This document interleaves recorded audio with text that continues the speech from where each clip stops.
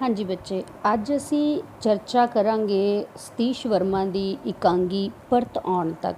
एकांगी 9 दृश्यां दे विच समाप्त हुंदी है। थोड़ी लंबी है एकांगी ते मेरा मकसद होएगा मैं तुहानू बड़े अपनी पूरी कोशिश दे नाल तुहानू सौखे तो सौखे तरीके दे नाल एकांगी समझावां। सो एकांगी जिथे दे 9 दृश्य हैं उत्थे दे च 2 कहानियां हैं।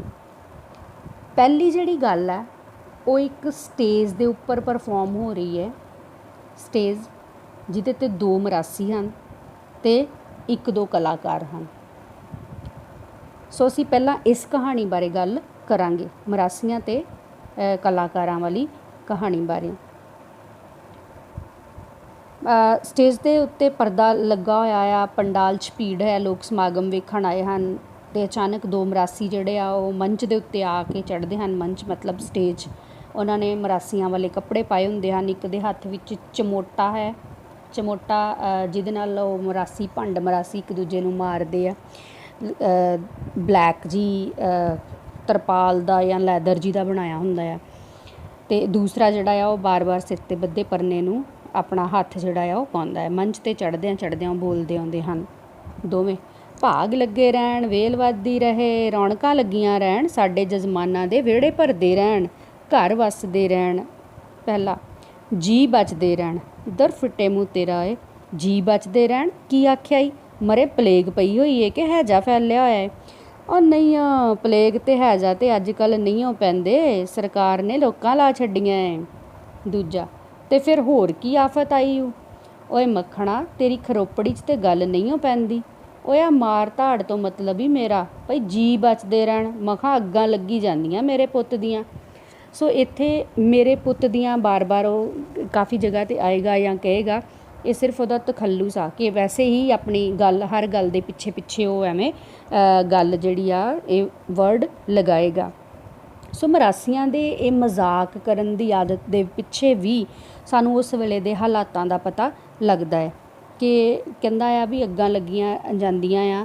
अग्गां कित्थे लगियां जांदियां कि उस वेले पंजाब दे हालात माड़े सन। कहंदा मेरा मतलब है मार धाड़ तो आ, मेरा मतलब कि लोकां दे जी बचदे रहण। उस तो बाद फिर गल शुरू करदा है, ओए ये की तूं आउंदियां ही अग्गां दी मुहारनी तोर लई पतंदरा। मुहारनी तोर लई मतलब एक ही गल नूं बार बार जिवें कही जाना। अगे खबार टैलीविज़न ते होर लोकी थोड़े ने इन्हां अग्गां दे बस्तार देण नूं गल्लां करन नूं। तूं कोई चज दी गल कर, अपने बजुर्गां नूं दात मिली है पई लुकाई नूं कोई ठंड ठंडार दी गल ही सुणाओ, 2 पल हसाओ, रौणकां लाओ ते दमड़े झटकाओ।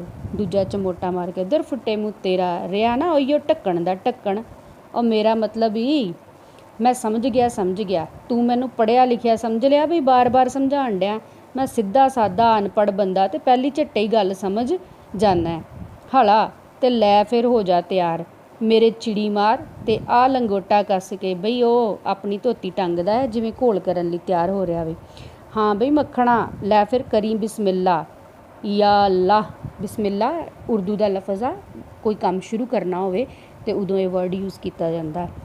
लै बई मक्खणा असीं गए बाज़ार, उत्थे हो गईयां अखां चार, एक अनार ते 100 बीमार, एक अनार ते 100 बीमार, साडा लुटिया गया घर बार। अगों रांझा कहंदा, ओ बाल नाथा तेरे टिल्ले ते नहीं हो मारदा धार बई ओए। चमोटा मार के, इधर फिटे मूँह तेरा, ये बात सुनाई तू, ना सिर ना पैर ना मूँह ना मत्था, जिन्न पहाड़ों लत्था। वो बेइज्जती करवाण डिया साडे खानदान दी। पहला परना सुआरदा आ, ओ तैनू अकल ना आई, मैं नवीं गल सुनाई, जिन्नू पसंद करे सारी लुकाई। इधर फटे मूँह तेरा मतबल बई आ हुण सियाणे ब्याणे निक्के न्याणे, सरदार बहादर थाणेदार साहब, होमगार्ड साहब, ये CRP भाई साहब, तेरा मतबल आ भी आ तेरियां जबलियां पसंद करन तक आ गए बई, इन्ना ठां डिग गए। ਉਹ ਤੈਨੂੰ नहीं पता टैलीविज़न च नित्ते कुछ आउंदा, ना सिर ना पैर ना खोता ना घोड़ा, निरा टैर। चमोटा मार के, दुर फटे मूँह तेरा, ਉਹ मूर्खा उन्ना ਕਿਹੜਾ ਲੋਕਾਂ ਦੇ ਵਿੱਚ ਆ ਕੇ ਗੱਲ ਕਰਨੀ ਹੋਈ, ਡੱਬੇ ਜਿਹੇ 'ਚ ਆਉਣਾ ਤੇ ਦੌੜ ਜਾਣਾ, ਦੇਖਣ ਵਾਲੇ ਜੋ ਗੁੱਸਾ ਵੀ ਆਉਣਾ ਤਾਂ ਅਗਲਿਆਂ ਜਰ ਜਾਣਾ। ਭਲਾ ਉਹ ਕਿਉਂ ਬਾਈ, ਨਾ ਜਰਨ ਖਾਂ ਵੱਡੇ ਸ਼ੇਰ ਕਾਂ। ਫਿੱਟੇ ਮੂੰਹ ਤੇਰਾ। ਉਹ ਮੂਰਖਾ, ਗੁੱਸਾ ਕੀਤੇ ਕਰਨ। ਤੇਰਾ ਖਿਆਲ ਆ ਵੀ ਗੁੱਸਾ ਕਰਕੇ ਆਪਣੇ ਹਜ਼ਾਰਾਂ ਦਾ ਟੀਵੀ ਭੰਨ ਲੈਣ? ਹਲਾ ਤੇ ਹੋਰ ਕੀ। ਉਹ ਇੱਧਰ ਆਪਾਂ ਇਹਨਾਂ ਦੇ ਵਿੱਚ ਖਲੋ ਕੇ ਗੱਲ ਕਰਨੀ ਹੋਈ। ਜੇ ਗੱਲ ਪਸੰਦ ਨਾ ਆਈ ਤਾਂ ਪੈ ਗਈ ਦੁਹਾਈ ਤੇ ਯਾਦ ਨਾਨੀ ਆਈ। ਉਹ ਬੱਲੇ ਬੱਲੇ ਬੱਲੇ ਮੱਖਣਾ, ਦਿਮਾਗ ਤਾਂ ਤੇਰਾ ਇਉਂ ਚੱਲਦਾ ਵੀ ਜਿਵੇਂ ਘਰਾਟ ਚੱਲਦਾ। ਲੈ ਫੇਰ ਹੁਣ ਸੁਣ ਗੱਲ ਘਰਾਟਾਂ ਦੀ। ਘਰਾਟ ਬੱਚੇ ਘਰਾਟ ਹੁੰਦੇ ਆ ਜਿਹਦੇ 'ਤੇ ਜਿਸ ਤਰ੍ਹਾਂ ਕੋਈ ਨਹਿਰ ਹੋਵੇ ਅਤੇ ਨਹਿਰ ਦੇ ਪਾਣੀ 'ਤੇ ਜਿੱਥੇ ਉਹਦੇ ਨਾਲ ਮਸ਼ੀਨਰੀ ਚਲਾਈ ਜਾਂਦੀ ਆ। ਕਾਫੀ ਜਗ੍ਹਾ ਦੇ ਉੱਪਰ ਪਹਿਲਾਂ ਹੁੰਦਾ ਸੀ ਕਿ ਨਹਿਰਾਂ ਦੇ ਉੱਤੇ ਨਹਿਰਾਂ ਦੇ ਪਾਣੀ ਦੇ ਵਹਾਅ ਦੇ ਨਾਲ ਚੱਕੀਆਂ ਚਲਾਈਆਂ ਜਾਂਦੀਆਂ ਸੀ, ਉਹਨਾਂ ਨੂੰ ਘਰਾਟ ਕਹਿ ਦਿੱਤਾ ਜਾਂਦਾ ਸੀ। ਸੋ ਘਰਾਟ ਆਪਣੇ ਇਲਾਕੇ ਦੇ ਵਿੱਚ ਵੀ ਸੀ। ਜਦੋਂ ਤੁਸੀਂ ਖਡੂਰ ਸਾਹਿਬ ਜਾਂਦੇ ਹੋ ਅਤੇ ਰਸਤੇ ਦੇ ਵਿੱਚ ਇੱਕ ਮੋੜ ਆਉਂਦਾ ਆ ਨਾਗੋਕੇ ਤੋਂ ਪਹਿਲਾਂ, ਉੱਥੋਂ ਇੱਕ ਸਾਈਡ ਨੂੰ ਚਲੇ ਜਾਓ ਅਤੇ ਉੱਥੇ ਘਰਾਟ ਹੁੰਦੇ ਸੀ। ਉੱਥੇ ਨਹਿਰ ਹੈਗੀ ਹੈ ਅਤੇ ਨਹਿਰ ਦੇ ਉੱਤੇ ਘਰਾਟ ਬਣੇ ਹੋਏ ਸੀ। ਅੱਜ ਕੱਲ੍ਹ ਉਹ ਨਹੀਂ ਹੈਗੇ, ਖ਼ਤਮ ਹੋ ਗਿਆ ਸਾਰਾ ਕੁਛ, ਪਰ ਆਪਣੇ ਇਲਾਕੇ 'ਚ ਉੱਥੇ ਸੀਗੇ। ਪਹਿਲਾ ਮਖਾਂ ਨਿੱਤ ਬਨੇਰੇ ਵੱਜਦੇ ਰਕਾਟਾਂ ਦੀ। ਪਹਿਲਾ ਦੁਗ ਦੁਗ ਕਰਦੇ ਬੰਬੂ ਕਾਟਾਂ ਦੀ, ਬੰਬੂ ਕਾਟਾਂ ਦੀ, ਦੁਗ ਦੁਗ ਦੁਗ ਦੁਗ ਦੁਗ। ਮੂੰਹ ਨਾਲ ਆਵਾਜ਼ਾਂ ਕੱਢਦਾ ਮੰਚ 'ਤੇ ਗੇੜੇ ਕੱਢਦਾ ਜਿਵੇਂ ਮੋਟਰਸਾਈਕਲ ਚਲਾ ਰਿਹਾ ਹੋਵੇ। ਦੂਜੇ ਨੂੰ ਇਸ਼ਾਰਾ ਕਰਦਾ ਹੈ ਕਿ ਉਹਦੇ ਪਿੱਛੇ ਇਉਂ ਚੱਲਣ ਲੱਗ ਪੈਂਦਾ ਹੈ ਜਿਵੇਂ ਮੋਟਰਸਾਈਕਲ 'ਤੇ ਬੈਠਾ ਹੋਵੇ, ਅਤੇ ਦੋਵੇਂ ਮੰਚ 'ਤੇ ਗੇੜੇ ਕੱਢਦੇ ਹਨ। ਅਚਾਨਕ ਮੰਚ ਦੇ ਖੱਬੇ ਪਾਸਿਓਂ ਦੋ ਬੰਦੇ ਆਉਂਦੇ ਹਨ। ਦੋਹਾਂ ਦੇ ਕੱਪੜੇ ਸ਼ਹਿਰੀਆਂ ਵਾਲੇ ਹਨ, ਪਰ ਚਿਹਰੇ 'ਤੇ ਮੇਕਅਪ ਕੀਤਾ ਹੋਇਆ ਹੈ। ਸਪਸ਼ਟ ਲੱਗਦਾ ਹੈ ਜਿਵੇਂ ਕਿਸੇ ਡਰਾਮੇ ਦੇ ਕਲਾਕਾਰ ਹੋਣ, ਅਤੇ ਪਾਤਰਾਂ ਦੇ ਕਾਸਟਿਊਮਸ ਹਾਲੇ ਉਹਨਾਂ ਨੇ ਨਹੀਂ ਪਾਏ ਹੋਏ, ਸਿੱਧਾ ਗ੍ਰੀਨ ਰੂਮ ਵਿੱਚੋਂ ਹੀ ਜਿਵੇਂ ਆ ਗਏ ਹੋਣ। ਕਲਾਕਾਰ ਉਹਨਾਂ ਨੂੰ ਕਹਿੰਦੇ ਹਨ, ਓਏ ਤੁਸੀਂ ਕੀ ਕਰਦੇ ਪਏ ਹੋ? ਦੋਵੇਂ ਮਰਾਸੀ ਇੱਕਦਮ ਰੁਕ ਕੇ ਕਹਿੰਦੇ, ਜੀ ਅਸੀਂ। ਪਹਿਲਾ ਉਹ ਜੀ ਦੇ ਲੱਗਦੇ ਹੋ ਕੌਣ ਤੁਸੀਂ, ਬਿਨਾਂ ਕਿਸੇ ਦੀ ਇਜਾਜ਼ਤ 'ਤੇ ਸਟੇਜ 'ਤੇ ਚੜ੍ਹ ਆਏ? ਪਹਿਲਾ ਮਰਾਸੀ, ਜੀ ਅਸੀਂ ਮੀਰਜ਼ਾਦੇ ਹੁੰਦੇ ਹਾਂ ਜੀ, ਅਸੀਂ ਵੀ ਕਿਸੇ ਦੇ ਸਾਹਿਬਜ਼ਾਦੇ ਹੁੰਦੇ ਹਾਂ। ਅੱਛਾ। ਦੂਜਾ ਮਰਾਸੀ, ਉਹ ਜੀ ਇਹਦੀ ਗੱਲ ਦਾ ਗੁੱਸਾ ਨਾ ਕਰਿਓ। ਪਹਿਲੇ ਦੇ ਚਮੋਟਾ ਮਾਰ ਕੇ, ਪਰਾਂ ਹੋ ਜ਼ਰਾ ਸਾਹਿਬ ਬਹਾਦਰ ਨਾਲ ਮੈਨੂੰ ਗੱਲ ਕਰਨ ਦੇ। ਪਹਿਲਾ ਕਲਾਕਾਰ, ਹਾਂ ਦੱਸ ਤੂੰ। ਦੂਜਾ ਮਰਾਸੀ, ਉਹ ਜੀ ਅਸੀਂ ਤੁਰਦੇ ਫਿਰਦੇ ਆਏ, ਪੰਡਾਲ ਸੱਜਿਆ ਸੀ, ਜਜਮਾਨ ਬੈਠੇ ਸਨ ਮਹਾਰਾਜ, ਅਤੇ ਆਹ ਚਬੂਤਰਾ ਛੜਿਆਂ ਦੇ ਵਿਹੜੇ ਵਾਂਗੂ ਖਾਲੀ ਚਮਕ ਰਿਹਾ ਸੀ। ਅਸੀਂ ਸੋਚਿਆ ਚਲੋ 2 ਘੜੀ ਜਜਮਾਨਾਂ ਲਈ ਰੌਣਕਾਂ ਲਾਈਏ। ਜਜਮਾਨ ਤੁਸੀਂ ਕਹਿ ਸਕਦੇ ਹੋ ਜਿਹੜੇ ਸਾਹਮਣੇ ਬੈਠੇ ਹੋਏ ਲੋਕ ਆ, ਉਹਨਾਂ ਵਾਸਤੇ ਸ਼ਬਦ ਵਰਤਿਆ ਗਿਆ ਹੈ। ਪਹਿਲਾ ਮਰਾਸੀ, ਅਤੇ ਰੁਪਈਆ ਧੇਲੀ ਹੱਥ ਧਰਾਈਏ। ਦੂਜਾ ਕਲਾਕਾਰ, ਅੱਛਾ ਫਿਰ ਤਾਂ ਤੁਸੀਂ ਸਾਡੇ ਕਲਾਕਾਰ ਭਰਾ ਹੋਏ। ਦੂਜਾ ਮਰਾਸੀ, ਹੈਂ ਜੀ, ਕੀ ਆਖਿਆ ਤੁਸੀਂ ਸਾਡੇ ਭਰਾ ਜੇ? ਬੱਲੇ ਬੱਲੇ, ਰੌਣਕਾਂ ਲੱਗੀਆਂ ਰਹਿਣ। ਉਹ ਢਕੜਾ ਆ ਵੇਖ ਹੋਏ, ਆਪਣੇ ਖਾਨਦਾਨੀ ਬਾਊ ਬਣੇ ਹੋਏ। ਆ ਪੈਂਟਾਂ ਵੇਖ, ਪਹਿਲੇ ਦੀ ਪੈਂਟ ਨੂੰ ਹੱਥ ਲਾ ਕੇ ਪਲੋਸਦਾ ਆ। ਲਿਸ਼ਕਣ ਪੁਸ਼ਕਣ ਵੇਖ ਖਾਂ, ਦੋਵੇਂ ਛਿੱਬੇ ਜਿਹੇ ਪੈ ਕੇ। ਛਿੱਬੇ ਪੈਣਾ ਸ਼ਰਮਿੰਦੇ ਹੋਣਾ। ਉਹ ਸਾਡਾ ਮਤਲਬ ਇਹ ਨਹੀਂ। ਦੂਜਾ ਮਰਾਸੀ, ਉਹ ਕੋਈ ਮਤਲਬ ਹੋਵੇ, ਉਹ ਲੋਕੋ ਵੇਖੋ ਓਏ, ਅਸੀਂ ਵੀ ਤਰੱਕੀ ਕਰ ਲਈ ਜੇ। ਪਹਿਲਾ ਕਲਾਕਾਰ ਡਾਂਟ ਦੇ ਲਹਿਜੇ ਨਾਲ, ਉਹ ਬੰਦੇ ਬਣ ਕੇ ਗੱਲ ਸੁਣਦੇ ਹੋ ਕਿ ਨਹੀਂ? ਦੋਵੇਂ ਮਰਾਸੀ ਸ਼ਹਿ ਕੇ ਬਹਿ ਜਾਂਦੇ ਹਨ। ਸ਼ਹਿ ਕੇ ਬਹਿ ਜਾਣਾ, ਠਠੰਬਰ ਜਾਣਾ, ਡਰ ਕੇ ਚੁੱਪ ਕਰ ਜਾਣਾ। ਫਿਰ ਕਲਾਕਾਰ ਪਿਆਰ ਅਤੇ ਨਰਮੀ ਨਾਲ ਉਹਨਾਂ ਨੂੰ ਉਠਾ ਕੇ ਉਹਨਾਂ ਨੂੰ ਕਹਿੰਦਾ, ਉਹ ਬਈ ਸਾਡਾ ਮਤਲਬ ਹੈ ਅਸੀਂ ਕਲਾਕਾਰ ਹਾਂ, ਪੰਜਾਬ ਸਰਕਾਰ ਦੇ ਲੋਕ ਸੰਪਰਕ ਵਿਭਾਗ ਦੇ ਕਲਾਕਾਰ। ਸਾਡਾ ਕੰਮ ਵੀ ਕਾਫੀ ਹੱਦ ਤੱਕ ਤੁਹਾਡੇ ਵਰਗਾ ਹੀ ਹੈ। ਪਹਿਲਾ ਮਰਾਸੀ ਰੋਣ ਦੀ ਆਵਾਜ਼, ਉਹ ਮਰ ਗਏ ਓਏ ਲੋਕੋ, ਆਹ ਸਰਕਾਰ ਦੀ ਹੁਣ ਆਹ ਕਸਰ ਬਾਕੀ ਸੀ, ਸਾਡੀ ਗਰੀਬਾਂ ਦੀ ਰੋਟੀ ਖੋਹ ਲਈ ਓਏ। ਹੋਰ ਰੋਂਦੀ ਆਵਾਜ਼, ਓਏ ਆਹ ਸਾਡਾ ਕੰਮ ਵੀ ਅਫਸਰਾਂ ਨੂੰ ਦੇ ਦਿੱਤਾ ਓਏ। ਦੂਜੇ ਨੂੰ ਲੈ ਕੇ ਖੂੰਜੇ ਬਹਿ ਜਾਂਦਾ ਹੈ। ਪਹਿਲਾ ਕਲਾਕਾਰ, ਵਾਟ ਨੌਨਸੈਂਸ, ਤੂੰ ਵੀ ਯਾਰ ਕਮਾਲ ਕਰਦਾ। ਆ ਕੀ ਸਿਹੜੀ ਸਿਆਪਾ ਪਾ ਲਿਆ? ਇਹਨਾਂ ਕੰਜਰਾਂ ਦਾ ਰਾਜੇ ਮਹਾਰਾਜਿਆਂ ਨੂੰ ਗੱਲ ਨਹੀਂ ਸੀ ਆਉਣ ਦਿੱਤੀ, ਤੂੰ ਇਹਨਾਂ ਨਾਲ ਡਿਸਕਸ਼ਨ ਕਰਨ ਲੱਗ ਪਿਆ। ਇਹਨਾਂ ਨੂੰ ਕਰ ਪਰੇ ਅਤੇ ਡਰਾਮਾ ਸ਼ੁਰੂ ਕਰੀਏ। ਦੂਜਾ ਕਲਾਕਾਰ ਪਹਿਲੇ ਨੂੰ ਸਮਝਾਉਣ ਵਾਲੇ ਲਹਿਜੇ ਵਿੱਚ, ਮਾਈ ਡੀਅਰ ਜ਼ਰਾ ਠਹਿਰ, ਕਾਹਲਾ ਨਾ ਪੈ। ਉਹ ਬਈ ਦੋਵਾਂ ਮਰਾਸੀਆਂ ਵੱਲ ਦੇਖਦਾ ਹੈ, ਉਹ ਬਈ ਤੁਸੀਂ 2 ਮਿੰਟ ਮੇਰੀ ਗੱਲ ਜ਼ਰਾ ਕੰਨ ਖੋਲ੍ਹ ਕੇ ਅਤੇ ਜ਼ੁਬਾਨ ਬੰਦ ਕਰਕੇ ਸੁਣੋ। ਦੋਵੇਂ ਮਰਾਸੀ ਮੂੰਹ 'ਤੇ ਉਂਗਲੀ ਰੱਖ ਕੇ ਅਤੇ ਕੰਨਾਂ 'ਤੇ ਕੰਨਾਂ 'ਚ ਉਂਗਲੀ ਮਾਰ ਕੇ, ਹਾਂ ਜੀ ਸਾਹਿਬ ਜੀ ਸੁਣਾਓ। ਦੂਜਾ ਕਲਾਕਾਰ, ਬਈ ਅਸੀਂ ਤੁਹਾਡੀ ਰੋਜ਼ੀ ਰੋਟੀ 'ਤੇ ਲੱਤ ਨਹੀਂ ਮਾਰਦੇ, ਦੇਖੋ ਤੁਸੀਂ ਬੜੀਆਂ ਸਦੀਆਂ ਤੱਕ ਲੋਕਾਂ ਨੂੰ ਹਸਾਇਆ ਮਨਾਇਆ। ਪਹਿਲਾ ਮਰਾਸੀ, ਅਤੇ ਰੁਪਈਆ ਹੱਥ ਧਰਾਇਆ। ਦੂਜਾ ਫਿਰ ਚਮੋਟਾ ਮਾਰ ਕੇ, ਤਾਂ ਇੱਥੋਂ ਟਿਕ ਕੇ ਗੱਲ ਨਹੀਂ ਸੁਣ ਹੁੰਦੀ, ਵੱਡਾ ਖੜਪੈਂਚ, ਹਾਂ ਸਾਹਿਬ ਜੀ। ਦੂਜਾ ਕਲਾਕਾਰ, ਖੜਪੈਂਚ ਹੁੰਦਾ ਜਿਹੜਾ ਹਰ ਗੱਲ ਦੇ ਵਿੱਚ ਆਪਣੀ ਗੱਲ ਕਰੇ ਕਿ ਮੈਂ ਸਭ ਤੋਂ ਜ਼ਿਆਦਾ ਸਿਆਣਾ ਆ, ਵੀ ਆਪਣੀ ਗੱਲ ਵਿੱਚ ਦੂਸਰੇ ਦੇ ਕਰ ਦੇਵੇ।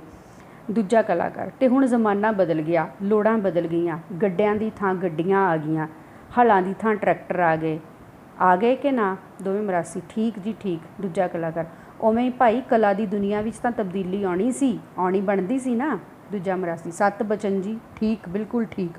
16 ਆਨੇ ਸੱਚ। ਪਹਿਲਾ ਮਰਾਸੀ ਤੇ ਰੁਪਈਆ ਹੱਥ। ਪਹਿਲਾ ਫਿਰ ਝਿੜਕਦਾ ਹੈ। ਪਹਿਲਾ ਕਲਾਕਾਰ ਉਸੇ ਤਰ੍ਹਾਂ ਹੁਣ ਤੁਹਾਡੇ ਵਾਲੇ ਕੰਮ ਦੇ ਰੂਪ ਵੀ ਬਦਲ ਗਏ, ਬਾਕਾਇਦਾ ਮੰਡਲੀਆਂ ਬਣ ਗਈਆਂ, ਮੰਡਲੀਆਂ ਗਰੁੱਪ ਬਣ ਗਏ, ਸਟੇਜਾਂ ਲੱਗਦੀਆਂ ਤੇ ਕਲਾਕਾਰ ਆ ਕੇ ਬਾਤਾਂ ਸੁਣਾਉਂਦੇ। ਦੂਜਾ ਮਰਾਸੀ ਸਾਡੇ ਵਾਂਗੂ ਜੀ। ਪਹਿਲਾ ਕਲਾਕਾਰ ਹਾਂ, ਤੁਹਾਡੇ ਵਾਲਾ ਕਿੱਤਾ ਹੁਣ ਮਾੜਾ ਨਹੀਂ ਗਿਣਿਆ ਜਾਂਦਾ, ਇਹਨੂੰ ਲੋਕ ਸਤਿਕਾਰ ਦੀ ਨਜ਼ਰ ਨਾਲ ਵੇਖਦੇ ਨੇ। ਦੂਜਾ ਮਰਾਸੀ ਹੈਰਾਨੀ ਦੇ ਨਾਲ ਹਲਾ ਜੀ। ਦੂਜਾ ਕਲਾਕਾਰ ਹਾਂ, ਅਸੀਂ ਵੀ ਇਸੇ ਤਰ੍ਹਾਂ ਦੇ ਕਲਾਕਾਰ ਹਾਂ। ਸਰਕਾਰ ਸਾਨੂੰ ਤਨਖਾਹਾਂ ਦਿੰਦੀ ਬਈ ਅਸੀਂ ਪਿੰਡਾਂ 'ਚ ਜਾਈਏ, ਉੱਥੋਂ ਦੇ ਲੋਕਾਂ ਦੀਆਂ ਸਮੱਸਿਆਵਾਂ ਨੂੰ ਜਾਣੀਏ, ਸਮਝੀਏ ਤੇ ਫਿਰ ਕਲਾ ਦੀ ਪੁੱਠ ਦੇ ਕੇ ਇਹਨਾਂ ਗੱਲਾਂ ਨੂੰ ਉਹਨਾਂ ਨੂੰ ਸਮਝਾਈਏ।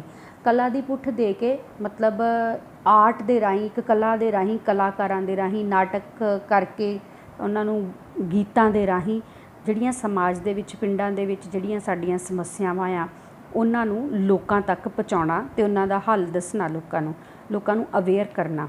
ਇਹ ਲੋਕ ਸੰਪਰਕ ਵਿਭਾਗ ਦੇ ਜਿਹੜੇ ਕਲਾਕਾਰ ਆ ਉਹਨਾਂ ਦਾ ਕੰਮ ਹੁੰਦਾ। ਹੁਣ ਅੱਜ ਕੱਲ੍ਹ ਜਿਵੇਂ ਕਰੋਨਾ ਚੱਲਦਾ ਪਿਆ, ਆਪਾਂ ਖੁਦ ਹੀ ਦੇਖਦੇ ਹਾਂ ਜਿਵੇਂ ਪੁਲਿਸ ਲੋਕਾਂ ਨੂੰ ਅਵੇਅਰ ਕਰਨ ਲਈ ਕਈ ਤਰ੍ਹਾਂ ਦੇ ਢੰਗ ਤਰੀਕੇ ਅਪਣਾਉਂਦੀ ਆ, ਅਤੇ ਇਹੀ ਜਿਹੜੇ ਆ ਕਲਾਕਾਰ ਲੋਕ ਸੰਪਰਕ ਵਿਭਾਗ ਦੇ ਇਹੀ ਕੰਮ ਕਰਦੇ ਆ। ਪਹਿਲਾ ਮਰਾਸੀ ਅੱਛਾ ਜੀ, ਆਹ ਤਾਂ ਫਿਰ ਕਮਾਲ ਹੀ ਹੋਈ ਪਈ ਹੈ, ਧੋਤੀ ਪਾਟ ਕੇ ਰੁਮਾਲ ਹੀ ਹੋਈ ਪਈ ਹੈ। ਦੂਜਾ ਮਰਾਸੀ ਫਿਰ ਝਿੜਕ ਕੇ ਤਾਂ ਫਿਰ ਸਾਹਿਬ ਜੀ ਅਸੀਂ ਕਿੱਥੇ ਜਾਈਏ, ਸਰਕਾਰ ਨੇ ਸਾਡਾ ਕੰਮ ਤਾਂ ਤੁਹਾਨੂੰ ਦੇ ਦਿੱਤਾ, ਅਸੀਂ ਬੱਚੇ ਕਿੱਥੋਂ ਪਾਲੀਏ ਮਾਪਿਆਂ ਵਾਲਿਓ। ਲੋਕਾਂ ਅੱਗੇ ਵਾਸਤਾ ਪਾਉਂਦਾ ਹੈ। ਪਹਿਲਾ ਕਲਾਕਾਰ ਦੂਜੇ ਨਾਲ ਸਲਾਹ ਮਸ਼ਵਰਾ ਕਰਦੇ ਆ, ਤੁਸੀਂ ਮੀਰਜ਼ਾਦੋ ਘਬਰਾਓ ਨਾ, ਤੁਸੀਂ ਇਉਂ ਕਿਉਂ ਨਹੀਂ ਕਰਦੇ ਵੀ ਸਾਡੇ ਡਰਾਮੇ 'ਚ ਹੀ ਪਾਰਟ ਕਰੋ। ਕਲਾਕਾਰ ਤੁਸੀਂ ਹੋ ਹੀ, ਬਸ ਗੱਲ ਆਪਣੇ ਕੋਲੋਂ ਨਹੀਂ ਬਣਾਉਣੀ, ਜੋ ਸਾਡੇ ਡਾਇਰੈਕਟਰ ਸਾਹਿਬ ਦੱਸਣ ਉਹੀ ਬੋਲਣੀ ਹੈ। ਦੂਜਾ ਮਰਾਸੀ ਮਤਲਬ ਝੱਗਾ ਖੁੱਲ੍ਹਾ ਛੱਡ ਕੇ ਅਤੇ ਸੀਪਿਆ ਵਿਆ ਪਾਉਣਾ, ਖੁੱਲ੍ਹਾ ਛੱਡ ਕੇ ਉਹਨਾਂ ਨੇ ਜਿਹੜੀ ਉਹ ਪਾਏ ਹੁੰਦੀਆਂ ਕੁੜਤੀਆਂ ਦੀਆਂ, ਕਹਿੰਦਾ ਉਹਨੂੰ ਛੱਡ ਕੇ ਅਤੇ ਤੁਹਾਡੇ ਵਾਂਗੂ ਸ਼ਰਟਸ ਪਾਉਣੀਆਂ ਆ। ਦੂਜਾ ਕਲਾਕਾਰ ਆਹੋ ਆਹੋ, ਅਤੇ ਨਾਲੇ ਦਿਹਾੜੀ ਤੁਹਾਨੂੰ ਸਰਕਾਰ ਦੇ ਦੇਵੇਗੀ। ਦੂਜਾ ਮਰਾਸੀ ਹਲਾ ਜੀ ਠੀਕ ਹੈ। ਫਿਰ ਦਰਸ਼ਕਾਂ ਨੂੰ ਬੱਚਿਆਂ ਵਾਲਿਓ ਘਰ ਬਾਈਓ ਨਾ ਨਹੀਂ ਇੱਥੇ ਹੈਗਾ, ਘਰ ਜਾਈਓ ਨਾ, ਅਸੀਂ ਆਏ ਕਿ ਆਏ, ਆਹ ਬਸ ਜਰਾ ਰੂਪ ਬਦਲਣ ਲੱਗੇ ਆ। ਪਹਿਲਾ ਮਰਾਸੀ ਕਾਲਿਓਂ ਬੱਗੇ ਹੋਣ ਲੱਗੇ ਆ।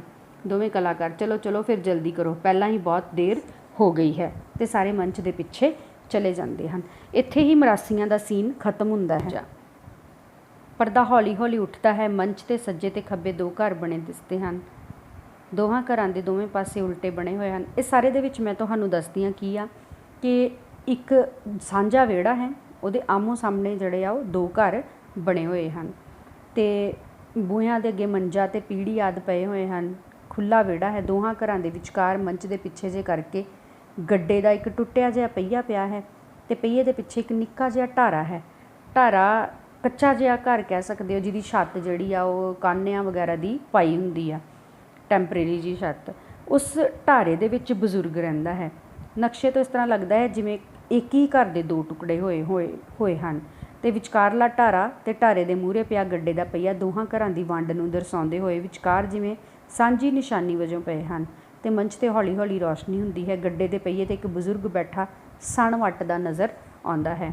ਸਣ ਕੀ ਹੁੰਦੀ ਆ, ਜਿਹੜੀਆਂ ਖੇਤਾਂ ਦੇ ਵਿੱਚ ਅਸੀਂ ਭਰੀਆਂ ਬੰਨ੍ਹਣ ਵਾਸਤੇ ਜਿਹਦੀ ਵਰਤੋਂ ਕੀਤੀ ਜਾਂਦੀ ਹੈ, ਰੱਸੇ ਜਿਹਦੀ ਪਰਾਲੀ ਨੂੰ ਗਿੱਲੀ ਕਰਕੇ ਅਤੇ ਉਹਨੂੰ ਵੱਟ ਚੜਾ ਕੇ ਇੱਕ ਰੱਸਾ ਬਣਾਇਆ ਜਾਂਦਾ, ਉਹਨੂੰ ਸਣ ਵੱਟਣਾ ਕਹਿੰਦੇ ਆ। ਪਿਛੋਕੜ ਤੋਂ ਗੀਤ ਦੀ ਧੁਨੀ ਉਭਰਦੀ ਹੈ। ਸਾਡਾ ਵਸਦਾ ਰਹੇ ਘਰ-ਬਾਰ, ਸਾਡਾ ਵਸਦਾ ਰਹੇ ਘਰ-ਬਾਰ, ਸਾਡਾ ਬਣਿਆ ਰਹੇ ਪਿਆਰ, ਸਾਡਾ ਬਣਿਆ ਰਹੇ ਪਿਆਰ, ਨਜ਼ਰ ਕੋਈ ਲੱਗੇ ਨਾ, ਨਜ਼ਰ ਕੋਈ ਲੱਗੇ ਨਾ। ਗੀਤ 'ਤੇ ਚੱਲਦਿਆਂ ਹੀ ਸੱਜੇ ਘਰੋਂ ਕਰਤਾਰੀ ਗੁੱਸੇ 'ਚ ਨਿਕਲਦੀ ਹੈ, ਅਤੇ ਆਉਂਦਿਆਂ ਹੀ ਬਜ਼ੁਰਗ ਵਾਲੇ ਪਾਸੇ ਘੁੰਡ ਦਾ ਪੱਲਾ ਕਰਕੇ ਕੀ ਗੱਲ ਕਰਦੀ ਹੈ ਕਰਤਾਰੀ, ਲੈ ਦੇਖ ਲੈ ਬਾਪੂ ਜੀ, ਹੁਣ ਮੇਰਾ ਕਸੂਰ ਨਾ ਕੱਢੀ, ਕੱਲ੍ਹ ਮੇਰੀ ਕਣਕ ਸੁੱਕਣੇ ਪਾਈ ਵੀ ਸੀ, ਇਹੀ ਜੀ ਨਜ਼ਰ ਲਾਈ ਵੀ ਧੌਣ ਪੱਕੀ ਕਣਕ 'ਚੋਂ ਮਸਾਂ 10 ਸੇਰ ਆਟਾ ਨਿਕਲਿਆ। ਦੂਜੇ ਪਾਸੇ ਸੰਤੀ ਆਉਂਦੀ ਹੈ, ਲੱਗਦਾ ਬੂਹੇ 'ਚ ਹੀ ਖੜੀ ਗੱਲ ਸੁਣਦੀ ਰਹੀ ਹੈ ਬਜ਼ੁਰਗ ਵਾਲੇ ਪਾਸਿਓਂ ਘੁੰਡ ਕੱਢ ਕੇ। ਸੰਤੀ ਹੇਖਾਂ ਗੱਲਾਂ ਆਉਂਦੀਆਂ ਇਹਨੂੰ ਵੱਡੀ ਸਰਦਾਰਨੀ ਨੂੰ, ਆਖੇ ਨਜ਼ਰ ਲਾਈ ਆ, ਨਹੀਂ ਕੱਲ੍ਹ ਤੂੰ ਕੀ ਕੌੜ ਮੈਂ ਵਾਂਗ ਝਾਕਦੀ ਸੀ, ਜਦ ਮੈਂ ਬਾੜੇ 'ਚੋਂ ਧਾਰ ਚੋ ਕੇ ਆਈ ਸੀ। ਮਖਾਂ ਬਾਪੂ ਜੀ ਭਰੀ ਬਾਲਟੀ ਦੁੱਧ ਦੀ ਬਿੱਲੀ ਮੂੰਹ ਲਾ ਗਈ, ਇਹੋ ਜਿਹਾ ਤੀਰ ਛੱਡਿਆ ਇਹਨੇ ਵੱਡੀ ਰਕਾਨ ਨੇ, ਆਖੇ ਤਮ ਤੋਂ ਕਿਸੀ ਕੀ ਤਰਫ ਦੇਖਤੇ ਨਹੀਂ ਚਲਿੱਤਰੋ, ਹੁਣ ਇੱਥੇ ਕੀ ਆ, ਬਜ਼ੁਰਗ ਪੰਜਾਬਾ ਸਿੰਘ ਆ। ਮੈਂ ਤੁਹਾਨੂੰ ਪਹਿਲਾਂ ਵੀ ਇੱਕ ਵੀਡੀਓ ਰਾਹੀਂ ਦੱਸ ਚੁੱਕੀ ਹਾਂ। ਪੰਜਾਬਾ ਸਿੰਘ ਬਜ਼ੁਰਗ ਆ, ਉਹਦੇ 2 ਮੁੰਡੇ ਹਨ, ਸੱਜਣ ਅਤੇ ਸੁੰਦਰ। ਮੁੰਡੇ ਤਾਂ ਬਹੁਤ ਚੰਗੇ ਹਨ, ਪਰ ਉਹਨਾਂ ਦੀਆਂ ਵਹੁਟੀਆਂ, ਸੱਜਣ ਦੀ ਵਹੁਟੀ ਕਰਤਾਰੀ ਅਤੇ ਸੁੰਦਰ ਦੀ ਵਹੁਟੀ ਸੰਤੀ, ਆਪਸ ਦੇ ਵਿੱਚ ਇੱਟ ਕੁੱਤੇ ਦਾ ਵੈਰ ਹੈ ਇਹਨਾਂ ਦੋਨਾਂ ਦਰਾਣੀ ਜਠਾਣੀਆਂ ਦਾ। ਹੈ ਤਾਂ ਇਹ ਦੋਵੇਂ ਸਕੀਆਂ ਭੈਣਾਂ, ਪਰ ਇੱਕ ਦੂਸਰੇ ਨੂੰ ਲੜਾਈ ਝਗੜੇ ਦਾ ਕੋਈ ਵੀ ਮੌਕਾ ਜਿਹੜਾ ਇਹ ਨਹੀਂ ਛੱਡਦੀਆਂ। ਅਤੇ ਇਹਨਾਂ ਦਾ ਕਰਕੇ ਹੀ ਘਰ ਦੇ ਵਿੱਚ ਜਿਹੜਾ ਆ ਉਹ ਦੋਨੋਂ ਭਰਾ ਅੱਡ ਹੋ ਗਏ ਆ, ਪਰ ਖੇਤੀਬਾੜੀ ਹਾਲੇ ਵੀ ਇਹਨਾਂ ਦੀ ਇਕੱਠੀ ਆ। ਅਤੇ ਇਸ ਤੋਂ ਵੀ ਇਹਨਾਂ ਦੋਹਾਂ ਜਿਹੜੀਆਂ ਦਰਾਣੀ ਜਠਾਣੀਆਂ, ਇਹਨਾਂ ਨੂੰ ਚੈਨ ਨਹੀਂ ਆਉਂਦਾ। ਅਤੇ ਇਹ ਉਸ ਘਰ ਦੇ ਵਿੱਚੋਂ ਵੀ ਦੋਹਾਂ ਨੂੰ ਉਹ ਆਪਣੇ ਆਪਣੇ ਘਰ ਵਾਲੇ ਨੂੰ, ਇੱਕ ਜਿਹੜੀ ਆ ਉਹ ਸ਼ਹਿਰ ਜਾਣ ਵਾਸਤੇ ਕਹਿੰਦੀ ਹੈ ਅਤੇ ਦੂਸਰੀ ਜਿਹੜੀ ਆ ਉਹ ਖੇਤਾਂ 'ਚ ਘਰ ਬਣਾਉਣ ਵਾਸਤੇ ਕਹਿੰਦੀ ਹੈ। ਪਰ ਬਜ਼ੁਰਗ ਜਿਹੜਾ ਹੈ ਉਹ ਸਾਂਝੇ, ਉਹ ਇਸ ਕਰਕੇ ਢਾਰੇ ਦੇ ਵਿੱਚ ਰਹਿੰਦਾ ਹੈ ਕਿਉਂਕਿ ਉਹ ਕਹਿੰਦਾ ਵੱਖਰੇ ਵੱਖਰੇ ਅੱਡ ਹੋਏ ਘਰਾਂ 'ਚ ਮੈਂ ਨਹੀਂ ਰਹਿਣਾ। ਅਤੇ ਕਿਤੇ ਨਾ ਕਿਤੇ ਇੱਕ ਉਹਨੂੰ ਆਸ ਹੈ ਕਿ ਮੇਰੇ ਦੋਵੇਂ ਬੱਚੇ ਜਿਹੜੇ ਆ, ਦੋਵੇਂ ਪਰਿਵਾਰ ਜਿਹੜੇ ਆ ਮੁੰਡਿਆਂ ਦੇ, ਉਹ ਕਦੀ ਨਾ ਕਦੀ ਵਾਪਸ ਪਰਤ ਆਉਣਗੇ, ਕਿ ਇੱਕੋ ਹੋ ਜਾਣਗੇ। ਸੋ ਸਾਂਝੇ ਪਰਿਵਾਰ ਨੂੰ ਲੈ ਕੇ ਇਹ ਜਿਹੜੀ ਕਹਾਣੀ ਆ ਸਾਡੇ ਸਾਹਮਣੇ ਆਉਂਦੀ ਆ ਇਕਾਂਗੀ ਦੇ ਵਿੱਚ। ਸੋ ਹੁਣ ਇੱਥੇ ਬਜ਼ੁਰਗ ਬੈਠਾ ਹੋਇਆ ਹੈ ਅਤੇ ਸੰਤੀ ਅਤੇ ਕਰਤਾਰੀ ਲੜਦੀਆਂ ਪਈਆਂ ਨੇ। ਕਰਤਾਰੀ, ਮੂੰਹ ਸੰਭਾਲ ਕੇ ਗੱਲ ਕਰਨੀ, ਆ ਬਾਪੂ ਜੀ ਦੀ ਸ਼ਰਮ ਖਾਈ ਜਾਂਦੀ ਹੈ, ਨਹੀਂ ਤਾਂ ਗੁੱਤਨੀ ਪੁੱਟ ਕੇ ਹੱਥ 'ਚ ਫੜਾ ਦੂੰ। ਸੰਤੀ, ਮੈਂ ਵੀ ਤੋੜ ਦੇ ਦੂੰ ਅੱਖਾਂ 'ਚ, ਵੱਡੀ ਥਾਣੇਦਾਰਨੀ ਚੁਧਰਾਣੀ ਬਣੀ ਫਿਰਦੀ ਹੈ ਕਿ ਕਿਆ ਪਿੱਦੀ ਯਾਰ, ਕਿਆ ਪਿੱਦੀ ਕਾ ਸ਼ੋਰਬਾ। ਹੁਣ ਜਿਹੜੀ ਸੰਤੀ ਆ, ਸੰਤੀ ਥੋੜ੍ਹੀ ਆਪਣੇ ਆਪ ਨੂੰ ਸ਼ਹਿਰਨ ਸਮਝਦੀ ਆ, ਅਤੇ ਉਹਦੇ ਜਿਹੜੇ ਲਫ਼ਜ਼ ਆ ਉਹਦੇ ਵਿੱਚ ਸਾਨੂੰ ਉਹ ਕਾਫੀ ਜਗ੍ਹਾ 'ਤੇ ਹਿੰਦੀ ਸ਼ਬਦਾਂ ਦੀ ਵਰਤੋਂ ਕਰਦੀ ਆ। ਕਰਤਾਰੀ, ਨਹੀਂ ਮੈਂ ਦੱਸਾਂ ਤੈਨੂੰ, ਸੰਤੀ ਵੱਲ ਔਲਣ ਲੱਗਦੀ ਹੈ। ਔਲਣਾ ਮਤਲਬ ਉਹਦੇ ਵੱਲ ਟੁੱਟ ਕੇ ਪੈਣਾ, ਕਿ ਬਜ਼ੁਰਗ ਜਿਹੜਾ ਹੁਣ ਤੱਕ ਅਸਹਾਏ ਮੁਦਰਾ ਵਿੱਚ ਖੜਾ ਸੀ, ਮੁਦਰਾ ਸਿਚੁਏਸ਼ਨ ਅਸਹਾਏ ਮਤਲਬ ਬਿਨਾਂ ਕੁਛ ਹਿੱਲੇ ਜੁੱਲੇ, ਬਿਨਾਂ ਕੁਛ ਬੋਲੇ ਜਿਹੜਾ ਵਿਚਾਰਾ ਖੜਾ ਸੀ, ਅਚਾਨਕ ਹੁਣ ਭੜਕ ਉੱਠਦਾ ਹੈ ਬਜ਼ੁਰਗ। ਉਹ ਸ਼ਰਮ ਨਹੀਂ ਆਉਂਦੀ ਤੁਹਾਨੂੰ, ਆ ਧੌਲੀ ਦਾੜੀ ਦਾ ਲਿਹਾਜ਼ ਕਰੋ, ਜਾਓ ਆਪਣੇ ਆਪਣੇ ਕੰਮ ਕਰੋ। ਅਤੇ ਦੋਵੇਂ ਇੱਕ ਦੂਜੀ ਵੱਲ ਕੌੜ ਕੌੜ ਝਾਕਦੀਆਂ ਅੰਦਰ ਜਾਂਦੀਆਂ ਹਨ। ਕੌੜ ਕੌੜ ਝਾਕਣਾ ਕਿ ਅੱਖਾਂ ਕੱਢ ਕੱਢ ਕੇ ਵੇਖਣਾ ਲੜਾਈ ਵਾਲੇ ਮੁਦਰਾ ਦੇ ਵਿੱਚ। ਬਜ਼ੁਰਗ ਉਦਾਸ ਮੁਦਰਾ ਵਿੱਚ ਹੌਲੀ ਹੌਲੀ ਤੁਰਦਾ ਆਪਣੇ ਢਾਰੇ ਵੱਲ ਜਾਂਦਾ ਹੈ ਅਤੇ ਪਿੱਛੋਂ ਫਿਰ ਗੀਤ ਦੇ ਬੋਲ ਉੱਭਰਦੇ ਹਨ, ਸਾਡਾ ਵਸਦਾ ਰਹੇ ਘਰ-ਬਾਰ। ਇਸ ਤੋਂ ਬਾਅਦ ਅਗਲਾ ਦ੍ਰਿਸ਼ ਫਿਰ ਆਉਂਦਾ ਹੈ।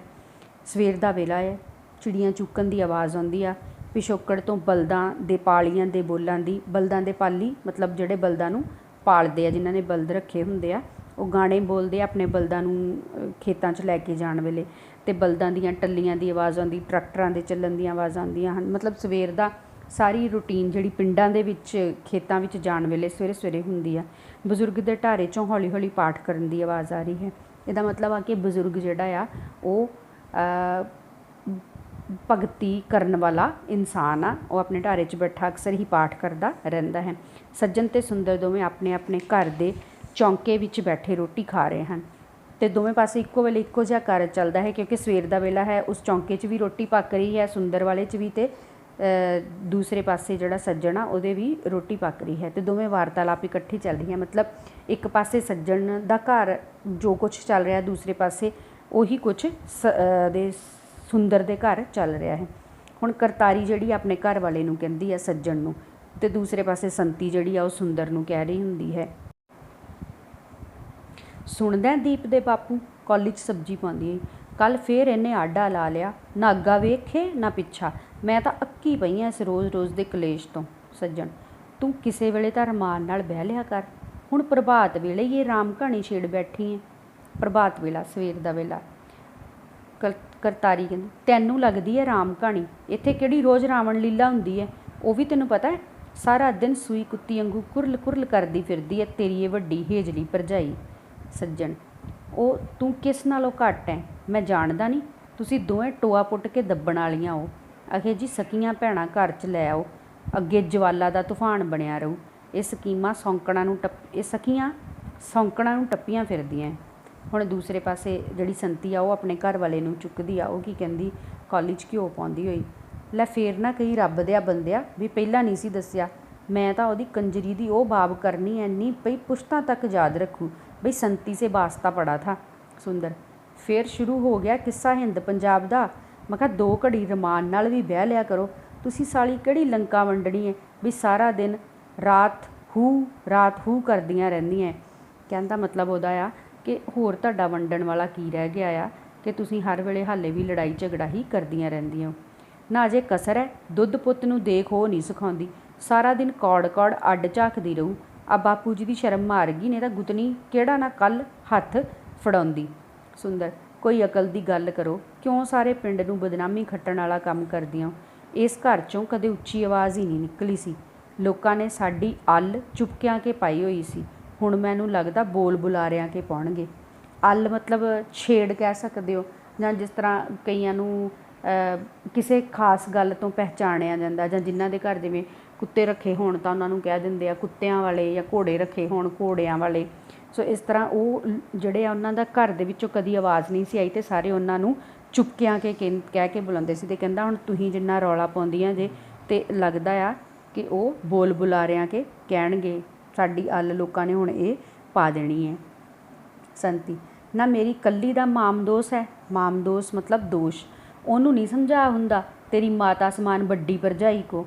ਹੁਣ ਇਹਦਾ ਮਤਲਬ ਆ ਸੰਤੀ ਅਤੇ ਸੁੰਦਰ ਛੋਟੇ ਆ ਅਤੇ ਸੱਜਣ ਅਤੇ ਉਹਦੀ ਪਤਨੀ ਕਰਤਾਰੀ ਜਿਹੜੇ ਆ ਉਹ ਵੱਡੇ ਆ। ਜਿਹੜੀ ਨਾ ਅੱਗਾ ਦੇਖੇ ਨਾ ਪਿੱਛਾ, ਮਾਰ ਚੱਕ ਦੂੰ ਕਰਦੀ ਰਹਿੰਦੀ ਹੈ ਹਰ ਵੇਲੇ। ਸੁੰਦਰ ਉਹ ਮੈਂ ਤਾਂ ਕਹਿੰਦਾ ਤੁਸੀਂ ਦੋਵੇਂ ਜਣੀਆਂ ਪਿਆਰ ਨਾਲ ਰਹੋ, ਜੱਗ ਹਸਾਈ ਨਹੀਂ ਕਰਾਈ ਦੀ। ਹੁਣ ਫਿਰ ਸੱਜਣ ਵਾਲੇ ਪਾਸੇ, ਸੱਜਣ ਹੁਣ ਗੱਲ ਮੇਰੀ ਪੱਲੇ ਬੰਨ੍ਹ ਲੈ, ਘਰ ਦਾ ਤਫਾਕ ਬਣਾਈ ਰੱਖੋ। ਤਫਾਕ ਮਤਲਬ ਇਤਫਾਕ, ਇਤਫਾਕ ਮਤਲਬ ਏਕਾ, ਯੂਨਿਟੀ। ਦੱਬ ਘੁੱਟ ਕੇ ਗੁਜ਼ਾਰਾ ਕਰੋ ਵੀ ਇੱਕ ਦੂਸਰੇ ਦੀ ਗੱਲ ਤੁਸੀਂ ਜਰ ਲਿਆ ਕਰੋ। ਸੁੰਦਰ ਵੀ ਆਪਣੀ ਪਤਨੀ ਨੂੰ ਸਮਝਾਉਂਦਾ, ਠੀਕ ਹੈ। ਹੁਣ ਸੁੰਦਰ ਕੀ ਕਹਿੰਦਾ, ਹੁਣ ਬਾਰ-ਬਾਰ ਨਾ ਕਹਿਣਾ ਪਵੇ, ਸਮਝੀ, ਮੈਂ ਚੱਲਿਆ ਖੇਤ, ਰੋਟੀ ਲੈ ਕੇ ਆ ਜੀ। ਅਤੇ ਉਸੇ ਤਰ੍ਹਾਂ ਸੱਜਣ ਵੀ ਕਹਿੰਦਾ, ਚੰਗਾ ਸਮਝ ਗਈ ਨਾ, ਹੁਣ ਦੁਬਾਰਾ ਨਾ ਇਹ ਗੱਲ ਹੋਵੇ, ਰੋਟੀ ਸਵਖਤੇ ਪਹੁੰਚਾ ਦੀ, ਕਿਤੇ ਇੱਥੇ ਫਿਰ ਅਸੈਂਬਲੀ ਲਾ ਕੇ ਬਹਿ ਜਾਓ। ਦੋਵੇਂ ਭਰਾ ਕਈ ਆਦ ਚੁੱਕ ਕੇ ਜਾਂਦੇ ਹਨ ਅਤੇ ਫਿਰ ਦੱਬੀਆਂ ਘੁੱਟੀਆਂ ਜੀਆਂ ਉਹਨਾਂ ਨੂੰ ਤੋੜਦੀਆਂ ਹਨ ਅਤੇ ਅਚਾਨਕ ਦੋਵਾਂ ਦੀ ਨਜ਼ਰ ਮਿਲਦੀ ਹੈ ਅਤੇ ਫਿਰ ਉਹ ਸਟਿਲ ਹੁੰਦੀਆਂ ਹਨ, ਮਤਲਬ ਉੱਥੇ ਰੁਕ ਜਾਂਦੀਆਂ। ਫਿਰ ਉਸ ਤੋਂ ਬਾਅਦ ਅਗਲਾ ਦ੍ਰਿਸ਼ ਉਹੀ ਦਿਨ ਆ, ਚੜ੍ਹਦੇ ਸੂਰਜ ਦੀ ਧੁੱਪ, ਦੁਪਹਿਰ ਦਾ ਨਹੀਂ ਥੋੜ੍ਹਾ ਵੇਲਾ, ਉਹ ਤਾਂ ਬਹੁਤ ਸਵਖਤਾ ਸੀ, ਹੁਣ ਥੋੜ੍ਹੀ ਸੂਰਜ ਦੀ ਧੁੱਪ ਚੜ੍ਹ ਗਈ ਹੈ, ਤਕਰੀਬਨ 7-8 ਵਜੇ ਦਾ ਟਾਈਮ ਤੁਸੀਂ ਕਹਿ ਸਕਦੇ ਹੋ। ਸੁੰਦਰ ਦੇ ਘਰੋਂ ਸਾਈਕਲ ਦੀ ਟੱਲੀ ਦੀ ਆਵਾਜ਼ ਅਤੇ ਨਾਲ ਹੀ ਜਿੰਦਾ ਅੰਦਰੋਂ ਬੋਲਦਾ ਹੈ। ਜਿੰਦਾ ਸੁੰਦਰ ਦਾ ਮੁੰਡਾ ਹੈ ਅਤੇ ਦੀਪਾ ਸੱਜਣ ਦਾ ਮੁੰਡਾ ਹੈ। ਇਹ ਦੋਵੇਂ ਚਾਚੇ ਤਾਏ ਦੇ ਮੁੰਡੇ ਹਨ ਆਪਸ ਦੇ ਵਿੱਚ, ਜਿੰਦਾ ਅਤੇ ਦੀਪਾ। ਆਪਸ ਦੇ ਵਿੱਚ ਇਹਨਾਂ ਦਾ ਬਹੁਤ ਪਿਆਰ ਹੈ। ਇਹਨਾਂ ਨੂੰ ਵੀ ਪਤਾ ਹੈ ਕਿ ਸਾਡੀਆਂ ਮਾਵਾਂ ਆਪਸ 'ਚ ਲੜਦੀਆਂ ਰਹਿੰਦੀਆਂ ਆ, ਪਰ ਇਹ ਦੋਵੇਂ ਇਕੱਠੇ ਹੀ ਕਾਲਜ ਦੇ ਵਿੱਚ ਜਾਂਦੇ ਹਨ, ਇਕੱਠੇ ਹੀ ਜ਼ਿਆਦਾ ਰਹਿ ਕੇ ਖੁਸ਼ ਹਨ। ਜਿੰਦਾ ਉਹ ਦੀਪਿਆ ਘੜੀਪਿਆ ਹੋਇਆ ਤਿਆਰ ਕਿ ਹਾਲੇ ਪਟੇ ਹੀ ਸਵਾਰੀ ਜਾਣਾ ਹੈ। ਹੁਣ ਇਹਦਾ ਮਤਲਬ ਕਿ ਜਿਹੜਾ ਦੀਪਾ ਆ ਉਹਦੇ ਵਾਲ ਕੱਟੇ ਹੋਏ ਹਨ, ਪਟੇ ਸਵਾਰੀ ਜਾਣਾ ਕਟਿੰਗ ਹੈ ਉਸਦੇ ਵਾਲਾਂ ਦੀ। ਦੀਪਾ ਹੱਥ ਵਿੱਚ ਕਿਤਾਬ ਲਈ ਅੰਦਰ ਆਉਂਦਾ, ਕੰਜਰ ਦਿਆ ਆਪ ਅਜੇ ਅੰਦਰ ਹੀ ਹੈ, ਮੈਨੂੰ ਹੋਕਰੇ ਮਾਰੀ ਜਾਣਾ ਹੈ। ਜਿੰਦਾ ਬਾਹਰ ਆਉਂਦਾ ਆ, ਹਮ ਤੋਂ ਜਾਨੀ ਤਿਆਰ ਬਰ ਤਿਆਰ ਹੈ, ਜਰਾ ਪੱਗ ਨਹੀਂ ਸੀ ਸੂਤ ਆਉਂਦੀ, ਬਸ ਹੁਣ ਕੰਮ ਟਿਚਨ ਹੈ। ਜਿਸ ਤਰ੍ਹਾਂ ਉਹਦੀ ਮਾਂ ਥੋੜ੍ਹਾ ਜਿਹਾ ਹਿੰਦੀ 'ਚ ਗੱਲ ਕਰਦੀ ਆ, ਉਸੇ ਤਰ੍ਹਾਂ ਉਹ ਵੀ ਉਸ ਟੋਨ 'ਚ ਗੱਲ ਕਰਦਾ ਆ। ਦੀਪਾ ਸਾਲਿਆ ਕਾਲਜ ਜਾਣਾ ਕਿ ਘੋੜੀ ਚੜ੍ਹਨਾ? ਮੈਂ ਕਿਹਾ ਬੜੀ ਪੋਚ ਗੁਲਾਬੀ ਚਮਕਾਈ ਹੈ, ਮਤਲਬ ਪੱਗ ਬਹੁਤ ਸੋਹਣੀ ਤੂੰ ਬੰਨੀ ਹੋਈ ਹੈ। ਜਿੰਦਾ ਭਾਈ ਸਾਹਿਬ ਘੋੜੀ ਵੀ ਚੜ੍ਹੇਂਗੇ, ਹਮ ਕਿਸੀ ਤੋਂ ਘੱਟ ਹੈ, ਕਹਾਵਾ ਮੇਰੀ ਬੇਬੇ ਜੀ ਦਾ, ਹਮ ਕਿਸੀ ਸੇ ਕਮ ਨਹੀਂ। ਦੀਪਾ ਵਿੱਚੋਂ ਕੱਟ ਕੇ ਹੌਲੀ ਬੋਲ ਸੋ ਰਿਹਾ, ਜੇ ਅੰਦਰੋਂ ਮਾਸੀ ਜਮਾ ਚਾਚੀ ਨੇ ਸੁਣ ਲਿਆ ਤਾਂ ਹੁਣੇ ਜੂੰਡੇ ਪੁੱਟ ਦਿਓ। ਜੂੰਡੇ ਮਤਲਬ ਵਾਲ। ਮਾਸੀ ਜਮਾ ਚਾਚੀ ਕਿ ਉਹਦੀ ਮਾਸੀ ਵੀ ਲੱਗਦੀ ਹੈ ਅਤੇ ਚਾਚੀ ਵੀ ਲੱਗਦੀ ਹੈ। ਜਿੰਦਾ ਮੈਂ ਕਿਹਾ ਘਬਰਾ ਨਾ ਭੋਰਾ, ਬੇਬੇ ਖੇਤ ਗਈ ਵੀ ਹੈ। ਦੀਪਾ ਹਲਾ ਤਾਂ ਹੀ ਖੇਡਦੀ ਹੈ ਤੇਰੀ ਕਾਟੋ ਫੁੱਲਾਂ 'ਤੇ। ਕਾਟੋ ਫੁੱਲਾਂ 'ਤੇ ਖੇਡਣਾ ਮਤਲਬ ਬਹੁਤ ਖੁਸ਼ ਨਜ਼ਰ ਆਉਣਾ, ਬਿਨਾਂ ਕਿਸੇ ਦੀ ਪਰਵਾਹ ਕੀਤੇ ਕੁਝ ਵੀ ਕਰਨਾ। ਮੈਂ ਵੀ ਕਹਾ ਮਾਂ ਦਾ ਲਾਡਲਾ ਅੱਜ ਕਿਵੇਂ ਛਿੱਕਲ ਟੁੱਟੇ ਕੱਟੇ ਵਾਂਗੂ ਰਿੰਗਦਾ। ਛਿੱਕਲ ਟੁੱਟੇ ਕੱਟੇ ਵਾਂਗੂ ਰਿੰਗਦਾ ਪੰਜਾਬੀ ਬੋਲੀ ਆ, ਜਿਹਦਾ ਮਤਲਬ ਆ ਕਿ ਬਿਨਾਂ ਕਿਸੇ ਦੀ ਪਰਵਾਹ ਕੀਤੇ ਬੋਲਣਾ, ਉਹੀ ਗੱਲ ਆ ਜਾਂਦੀ ਹੈ ਇੱਥੇ। ਜਿੰਦਾ ਤੈਨੂੰ ਵੀ ਕਾਕਾ ਜੀ ਗੱਲਾਂ ਤਾਈਆਂ ਆਉਂਦੀਆਂ ਹੋਵੇ ਬਈ, ਤਾਈ ਸ਼੍ਰੀ ਘਰ ਨਹੀਂ ਹੋਣੀ। ਆਹੋ ਹੋਰ ਕੀ, ਉਹ ਵੀ ਖੇਤ ਹੀ ਗਈ ਹੈ। ਅਸ਼ਕੇ ਲੈ ਫਿਰ ਤਾਂ ਬੁੱਲੇ ਲੁੱਟੀਏ, ਅਜੇ ਕਾਲਜ ਜਾਣ 'ਚ ਹੈਗਾ ਟਾਈਮ, ਚਾਹ ਚੂ ਦੀ ਘੁੱਟ ਹੋਰ ਪੀਏ, ਮਜ਼ਾ ਆਊ ਨੋ ਮੈਨਸ ਲੈਂਡ 'ਤੇ ਬਹਿ ਕੇ ਪੀਣ ਦਾ। ਅਤੇ ਨੋ ਮੈਨਸ ਲੈਂਡ ਕਿੱਥੇ ਆ? ਬਾਬੇ ਦੇ ਢਾਰੇ ਵੱਲ ਇਸ਼ਾਰਾ ਕਰਦਾ ਆ, ਅਤੇ ਫਿਰ ਜਿੱਥੇ ਪਹੀਆ ਬੈਠਾ ਆ ਉਹਨੂੰ ਉਹ ਨੋ ਮੈਨਸ ਲੈਂਡ ਕਹਿੰਦੇ, ਮਤਲਬ ਕਿ ਜਿਹਦੇ 'ਤੇ ਕਿਸੇ ਵੀ ਦੇਸ਼ ਦਾ ਹੱਕ ਨਹੀਂ ਹੁੰਦਾ। ਦੀਪਾ ਲੈ ਫਿਰ ਮੈਂ ਚਾਹ ਲਿਆਉਣਾ, ਤੂੰ ਮਾਰ ਆਪਣੇ ਰਾਸ਼ਟਰਪਤੀ ਨੂੰ ਆਵਾਜ਼। ਹੁਣ ਰਾਸ਼ਟਰਪਤੀ ਕਿਹਨੂੰ ਕਹਿੰਦੇ ਹੋ? ਆਪਣੇ ਦਾਦਾ ਜੀ ਨੂੰ। ਜ਼ੋਰ ਨਾਲ ਮਹਾ ਬਾਬਾ ਜੀ ਆ ਜਾਓ ਬਾਹਰ, ਫੌਜਾਂ ਸ਼ਿਵਰਾਂ ਮੇਂ ਗਈ ਹੋਈ ਹੈ, ਮੈਦਾਨੇ ਜੰਗ ਸ਼ਾਂਤ ਹੈ। ਹੁਣ ਆਪਣੀਆਂ ਮਾਵਾਂ ਬਾਰੇ ਗੱਲ ਕਰਦੇ ਆ, ਫੌਜਾਂ ਸ਼ਿਵਰਾਂ ਮੇਂ ਗਈ ਹੋਈ ਹੈ ਕਿ ਹੁਣ ਜਿਹੜਾ ਉਹ ਆਪਣੇ ਵਿਹੜੇ ਨੂੰ ਲੜਾਈ ਦਾ ਮੈਦਾਨ ਕਹਿੰਦੇ ਆ ਕਿ ਉਹ ਸ਼ਾਂਤ ਆ, ਕਿਉਂਕਿ ਮਾਤਾ ਜਿਹੜੀਆਂ ਆ ਉਹਨਾਂ ਦੀਆਂ ਘਰ ਨਹੀਂ ਹੈਗੀਆਂ। ਸ਼ਿਵਰ ਹੁੰਦੀਆਂ ਜਿੱਥੇ ਫੌਜਾਂ ਸ਼ਾਮ ਦੇ ਵੇਲੇ ਲੜਾਈ ਦੇ ਵੇਲੇ ਉਸ ਤੋਂ ਬਾਅਦ ਆ ਕੇ ਆਪਣੇ ਤੰਬੂਆਂ ਦੇ ਵਿੱਚ ਆਰਾਮ ਕਰਦੀਆਂ ਹੈ। ਬਜ਼ੁਰਗ ਅੰਦਰੋਂ ਆਉਂਦਾ ਹੋਇਆ, ਪੁੱਤਰ ਜਿੰਦੇ ਕੀ ਗੱਲ ਹੈ? ਦੀਪਾ ਪਿੱਤਲ ਦੇ ਗਲਾਸਾਂ ਚਾਹ ਲਿਆਉਂਦਾ ਹੋਇਆ, ਬਾਬਾ ਜੀ ਆ ਜਾਓ ਘੁੱਟ ਘੁੱਟ ਚਾਹ ਪੀਏ ਤੁਹਾਡੇ ਤਕੀਏ 'ਤੇ ਬਹਿ ਕੇ। ਤਕੀਆ ਗੱਦੀ ਕਹਿ ਸਕਦੇ ਹੋ। ਬਜ਼ੁਰਗ ਕੀ ਗੱਲ ਤੁਹਾਡੀਆਂ ਬੇਬੇ ਨਹੀਂ ਘਰ? ਜਿੰਦਾ ਤੁਹਾਨੂੰ ਪਤਾ ਹੀ ਹੈ ਬਾਬਾ ਜੀ, ਉਹਨਾਂ ਦੇ ਹੁੰਦਿਆਂ ਕਦੇ ਸਾਹ ਨਿਕਲਦਾ? ਅਜੇ ਮੈਂ ਤਾਂ ਹਿੰਮਤ ਕਰਕੇ ਬਾਜ਼ ਮਾਰ ਵੀ ਲਊਂ, ਆ ਬਾਜਾ ਤਾਂ ਜਮਾ ਉਖਲੀ 'ਚ ਸਿਰ ਦਿੱਤੇ ਵਾਂਗੂ ਰਹੂ ਸਦਾ। ਦੀਪਾ ਉਹ ਰਹਿਣ ਦੇ ਵੱਡਿਆ ਭਲਵਾਨਾਂ, ਗੱਲਾਂ ਆਉਂਦੀਆਂ ਇਹਨੂੰ ਵੱਡੇ ਜੇਠ ਮਲਾਨੀ ਨੂੰ, ਤੂੰ ਚਾਹ ਪੀ ਲੈ ਘੁੱਟ। ਸੋ ਉਹ ਆਪਸ ਦੇ ਵਿੱਚ ਇੱਕ ਦੂਸਰੇ ਨਾਲ ਬੜੇ ਖੁੱਲ੍ਹੇ ਤਰੀਕੇ ਦੇ ਨਾਲ ਗੱਲ ਕਰਦੇ ਹਨ ਜਦੋਂ ਉਹਨਾਂ ਦੀਆਂ ਮਾਵਾਂ ਘਰ ਨਹੀਂ ਹੁੰਦੀਆਂ। ਤਿੰਨੇ ਗੱਡੇ ਦੇ ਪਹੀਏ 'ਤੇ ਬਹਿ ਕੇ ਚਾਹ ਪੀਣ ਲੱਗਦੇ ਹਨ, ਬਾਬੇ ਨਾਲ ਚਹੇਡਾਂ ਕਰਦੇ ਹਨ। ਚਹੇਡਾਂ ਮਤਲਬ ਹਾਸਾ ਮਜ਼ਾਕ ਕਰਦੇ ਹਨ ਆਪਣੇ ਦਾਦਾ ਜੀ ਨਾਲ, ਗੱਲਾਂ ਮਾਰਦੇ ਨੇ, ਹੱਸਦੇ ਹਨ ਕਿ ਅਚਾਨਕ ਇੱਕ ਪਾਸਿਓਂ ਕਰਤਾਰੀ ਅਤੇ ਦੂਜੇ ਪਾਸਿਓਂ ਸੰਤੀ ਆਉਂਦੀ ਹੈ। ਸੰਤੀ ਕੱਬੀ ਆਵਾਜ਼ 'ਚ, ਵੀ ਜਿੰਦਿਆ ਹਾਲੇ ਇੱਥੇ ਚਾਹ ਹੀ ਤਫ ਹੁੰਦੀਆਂ, ਉੱਥੇ ਕਾਲਜ ਆਥਣ ਨੂੰ ਪਹੁੰਚਣਾ ਹੈ। ਕਰਤਾਰੀ ਹੋਰ ਕੌੜੀ ਆਵਾਜ਼ 'ਚ ਆਪਣੇ ਮੁੰਡੇ ਨੂੰ ਕਹਿੰਦੀ, ਦੀਪਿਆ ਕਵੇਲਾ ਇੱਥੇ ਹੀ ਕਰ ਲਿਆ, ਮੈਂ ਸੋਚੀ ਜਾਂਦੀ ਹਾਂ ਤੂੰ ਸ਼ਹਿਰ ਟੱਪ ਗਿਆ ਹੋਵੇਂਗਾ, ਹਾਲੇ ਘਰ 'ਚ ਹੀ ਗਿੱਧਾ ਪਾਈ ਜਾਂਦਾ ਹੈ। ਦੋਵੇਂ ਇਕੱਠੇ ਹੀ, ਬਸ ਬੇਬੇ ਜਾਂਦੇ ਆ। ਦੋਵੇਂ ਇੱਕ ਦੂਜੇ ਵੱਲ ਮੁਸਕੜੀਆਂ ਹੱਸਦੇ ਮਤਲਬ ਮੂੰਹ 'ਚ ਹੱਸਣਾ, ਦੂਸਰੇ ਨੂੰ ਪਤਾ ਨਾ ਲੱਗਣ ਦੇਣਾ, ਖਚਰੀ ਜੀ ਹਾਸੀ ਹੱਸਣਾ। ਆਪਣੇ ਘਰ 'ਚੋਂ ਜਾਂਦੇ ਹਨ। ਅੰਦਰੋਂ ਸਾਈਕਲ ਦੇ ਚੱਲਣ 'ਤੇ ਘੰਟੀਆਂ ਮਾਰਨ ਦੀ ਆਵਾਜ਼ ਆਉਂਦੀ ਹੈ। ਬਜ਼ੁਰਗ ਦੋਹਾਂ ਵੱਲ ਵੇਖਦਾ ਹੌਲੀ ਹੌਲੀ ਚਾਹ ਦੇ ਸੜਾਕੇ ਮਾਰਦਾ ਹੈ। ਸੜਾਕੇ ਮਾਰਨਾ ਖਿੱਚ ਕੇ ਚਾਹ ਪੀਣ ਲੱਗੇ ਆਵਾਜ਼ ਕਰਨੀ, ਅਤੇ ਦੋਵੇਂ ਇੱਕ ਦੂਜੇ ਵੱਲ ਝਾਕਦੀਆਂ ਸਟਿਲ ਹੁੰਦੀਆਂ ਹਨ। ਅਗਲਾ ਦ੍ਰਿਸ਼, ਹੁਣ ਦੁਪਹਿਰ ਦਾ ਵੇਲਾ, ਉਹੀ ਦਿਨ ਆ। ਬੱਚੇ ਜਿਹੜੇ ਉਹ ਕਾਲਜ ਚਲੇ ਜਾਂਦੇ ਆ, ਮੁੰਡੇ ਜਵਾਨ ਆ, ਅਤੇ ਮਾਵਾਂ ਜਿਹੜੀਆਂ ਆ ਹੁਣ ਉਹ ਦੁਪਹਿਰ ਦੇ ਵੇਲੇ ਕੀ ਕਰ ਰਹੀਆਂ? ਕਰਤਾਰੀ ਵੀ ਭਾਂਡੇ ਮਾਂਜ ਰਹੀ ਹੈ ਅਤੇ ਨਾਲੇ ਆਪਣੇ ਆਪ ਨਾਲ ਗੱਲਾਂ ਕਰ ਰਹੀ ਹੈ। ਲੱਗਦਾ ਕਿਸੇ ਗੱਲੋਂ ਤਪੀ ਹੋਈ ਹੈ। ਤਪੀ ਮਤਲਬ ਕਿਸੇ ਗੱਲੋਂ ਉਹਨੂੰ ਗੁੱਸਾ ਚੜ੍ਹਿਆ ਆ ਅਤੇ ਆਪਣੇ ਆਪ ਨਾਲ ਹੀ ਗੱਲ ਕਰਦੀ ਹੈ। ਕੀ ਕਹਿੰਦੀ ਆ? ਬੁਰਾ ਹਾਲ ਹੈ, ਅਖੇ ਮੈਂ ਨਹੀਂ ਕਿਸੇ ਦੀ ਧੌਂਸ ਸਹਿੰਦੀ, ਜਿਵੇਂ ਮੈਂ ਉਹਦੀ ਧੌਂਸ ਸਹਿ ਲੂੰ। ਇੱਕ ਆ ਖਸਮ ਨਹੀਂ ਕੰਮ ਦਾ, ਕੋਈ ਗੱਲ ਕਹੋ ਇਹਦੇ ਕੰਨ 'ਤੇ ਜੂੰ ਨਹੀਂ ਸਰਕਦੀ। ਅਖੇ ਦੱਬ ਘੁੱਟ ਕੇ ਗੁਜ਼ਾਰਾ ਕਰ ਲਊ, ਨਾ ਕਿਸੇ ਤੋਂ ਕੁਛ ਲੈ ਕੇ ਖਾਂਦੇ ਆ, ਮੈਂ ਕਰੂੰ ਇਹਦੀ ਹਮਕੋ ਤੁਮਕੋ ਬੰਦ। ਸੰਤੀ ਜਿਹੜੀ ਆ ਉਹ ਅੰਦਰੋਂ ਗੱਲ ਸੁਣਦੀ ਆ ਅਤੇ ਬਾਹਰ ਆਉਂਦੀ ਆ। ਉਹਨੂੰ ਲੱਗਦਾ ਕਿ ਇਹ ਮੈਨੂੰ ਹੀ ਕਹਿ ਰਹੀ ਆ। ਨਹੀਂ ਕਿਹਦੀ ਕਰੇਂਗੀ ਹਮਕੋ ਤੁਮਕੋ ਬੰਦ? ਮੈਂ ਵੀ ਤੋੜ ਦੇ ਦੂੰ ਅੱਖਾਂ 'ਚ। ਮੈਂ ਕਹਿੰਦੀ ਹਾਂ ਕੀ ਕਹਿਣਾ? ਤੂੰ ਵੱਡੀ ਹੋਏਂਗੀ ਤਾਂ ਆਪਣੇ ਘਰੇ ਮੇਰੇ ਨਾਲ ਆਡਾ ਨਾ ਲਾਈ, ਫਿਰ ਨਾ ਕਹੀਂ ਮੇਰੀ ਤੋਂ ਬਿਸਤੀ ਖਰਾਬ ਕਰਤੀ। ਕਰਤਾਰੀ ਨਹੀਂ ਮੈਂ ਤੈਨੂੰ ਕੁਛ ਕਿਹਾ? ਆਪਣੇ ਘਰ ਬੈਠੀ ਜੋ ਚਾਹਾਂ ਕਰਾਂ, ਜੋ ਜੀ ਕਰੇ ਬੋਲਾਂ। ਤੈਨੂੰ ਮੈਂ ਸੱਦਣ ਗਈ ਹਾਂ? ਐਵੇਂ ਟਾਰਾਂ ਮਾਰਨ ਲੱਗੀ ਹੋਈ ਹੈ। ਟਾਰਾਂ ਮਾਰਨ ਉੱਚੀ ਉੱਚੀ ਬੋਲਣਾ। ਕੰਮ ਨਾ ਕਾਰ, ਕਦੇ ਐਸ ਕੌਲੇ ਲੱਗ ਗਈ, ਕਦੇ ਉਸ ਕੌਲੇ ਲੱਗ ਗਈ। ਸਾਰਾ ਦਿਨ ਲੋਕਾਂ ਦੀਆਂ ਗੱਲਾਂ ਦੀ ਸੁੰਘ ਸੁੰਘਾਈ ਤੋਂ ਬਿਨਾਂ ਹੋਰ ਕੋਈ ਕੰਮ ਹੈ? ਇੱਕ ਉਹ ਮਾਊਂ ਜੇ ਤੋਂ ਨਹੀਂ ਰੋਕ ਹੁੰਦੀ। ਉਹ ਆਪਣੇ ਦਿਓਰ ਨੂੰ ਕਹਿੰਦੀ ਮਾਊਂ ਜਿਹਾ। ਸੰਤੀ ਮਾਊਂ ਜਿਹਾ ਇਸ ਕਰਕੇ ਕਿਹਾ ਜਾਂਦਾ ਉਹ ਕਿ ਬੰਦਾ ਜਦੋਂ ਬੁੱਢੀ ਦੇ ਸਾਹਮਣੇ ਬੋਲੇ ਨਾ ਉਹਨੂੰ ਮਾਊਂ ਜਿਹਾ ਕਹਿ ਦਿੰਦੇ ਆ। ਸੰਤੀ ਜ਼ਬਾਨ ਸੰਭਾਲ ਕੇ ਗੱਲ ਕਰਨੀ ਵੱਡੀਏ ਰਕਾਨੇ। ਮੈਂ ਕਹਿੰਦੀ ਆ ਚਲੋ ਹੋਈ ਸੋ ਹੋਈ, ਹੁਣ ਰਹਿਣ ਦਿਆਂ ਤੂੰ ਸਿਰ 'ਤੇ ਹੀ ਚੜ੍ਹੀ ਆਉਣੀ ਹੈ। ਕਰਤਾਰੀ ਵੱਲ ਨੂੰ ਆਉਂਦੀ ਹੈ, ਉੱਧਰੋਂ ਕਰਤਾਰੀ ਉੱਠਦੀ ਹੈ। ਮਿਡ ਸਟੇਜ 'ਤੇ ਆ ਕੇ ਇੱਕ ਦੂਜੀ ਵੱਲ ਬਾਹਾਂ ਉਲਾਰਦੀਆਂ ਲੜਦੀਆਂ ਹਨ। ਜਿਸ ਤਰ੍ਹਾਂ ਪਿੰਡਾਂ ਦੇ ਵਿੱਚ ਜਨਾਨੀਆਂ ਲੜਦੀਆਂ ਨੇ ਉਸੇ ਤਰ੍ਹਾਂ ਉਹ ਲੜਦੀਆਂ।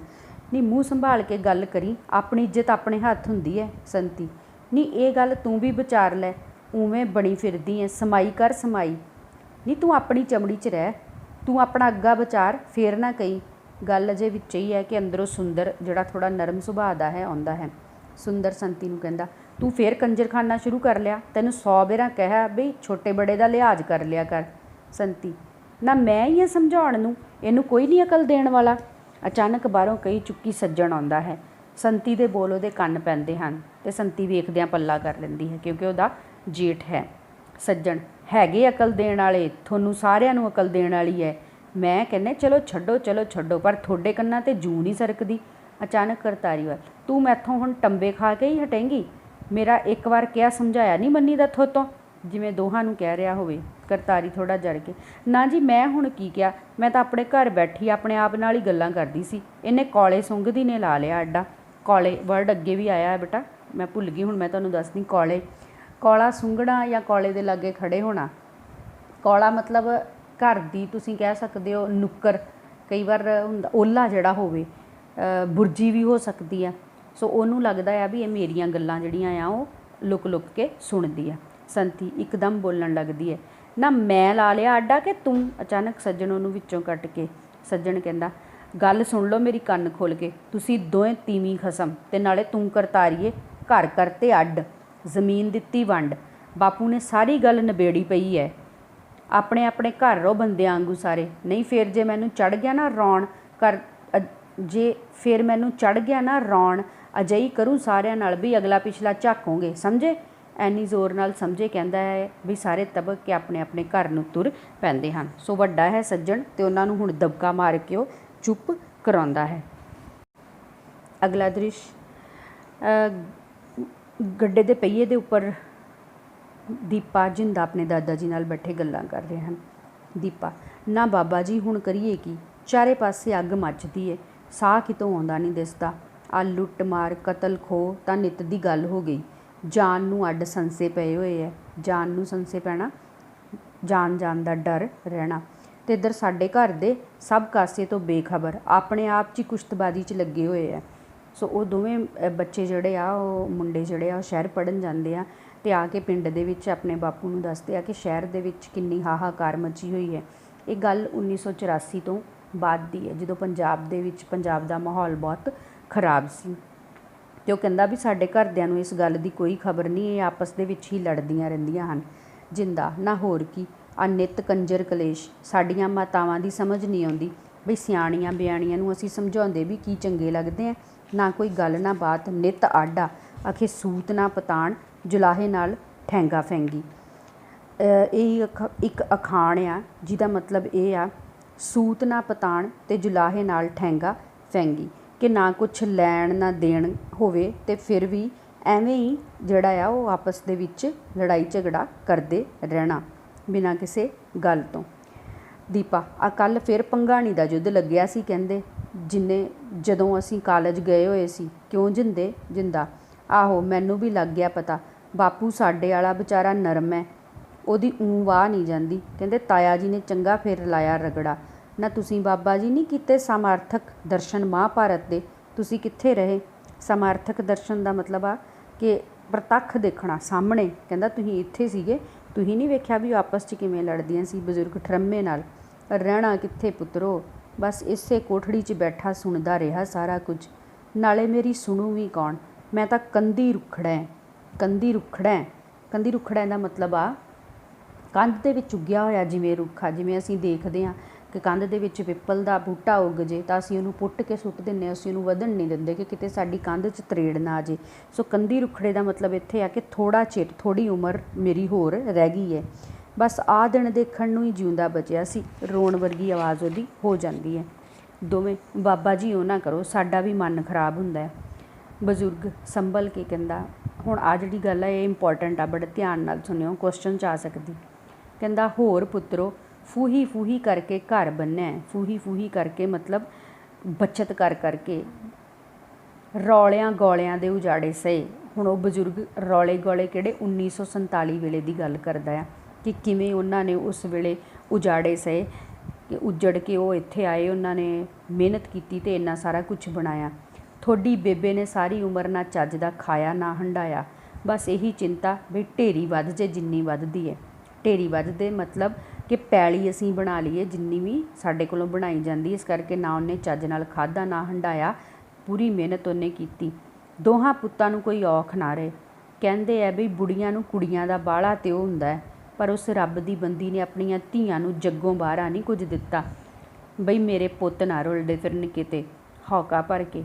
ਚੰਗਾ ਹੋਇਆ ਉਹ ਟਾਈਮ ਸਿਰ ਚਲੀ ਗਈ, ਨਹੀਂ ਆਹ ਦੇਖ ਕੇ ਤੇ ਉਹਦਾ ਜੀਂਦੀ ਦਾ ਮਰਨ ਹੋ ਜਾਂਦਾ, ਜਿਵੇਂ ਮੈਂ ਭੋਰਾ ਭੋਰਾ ਕਰਕੇ ਖੁਰਦਾ ਜਾਂਦਾ।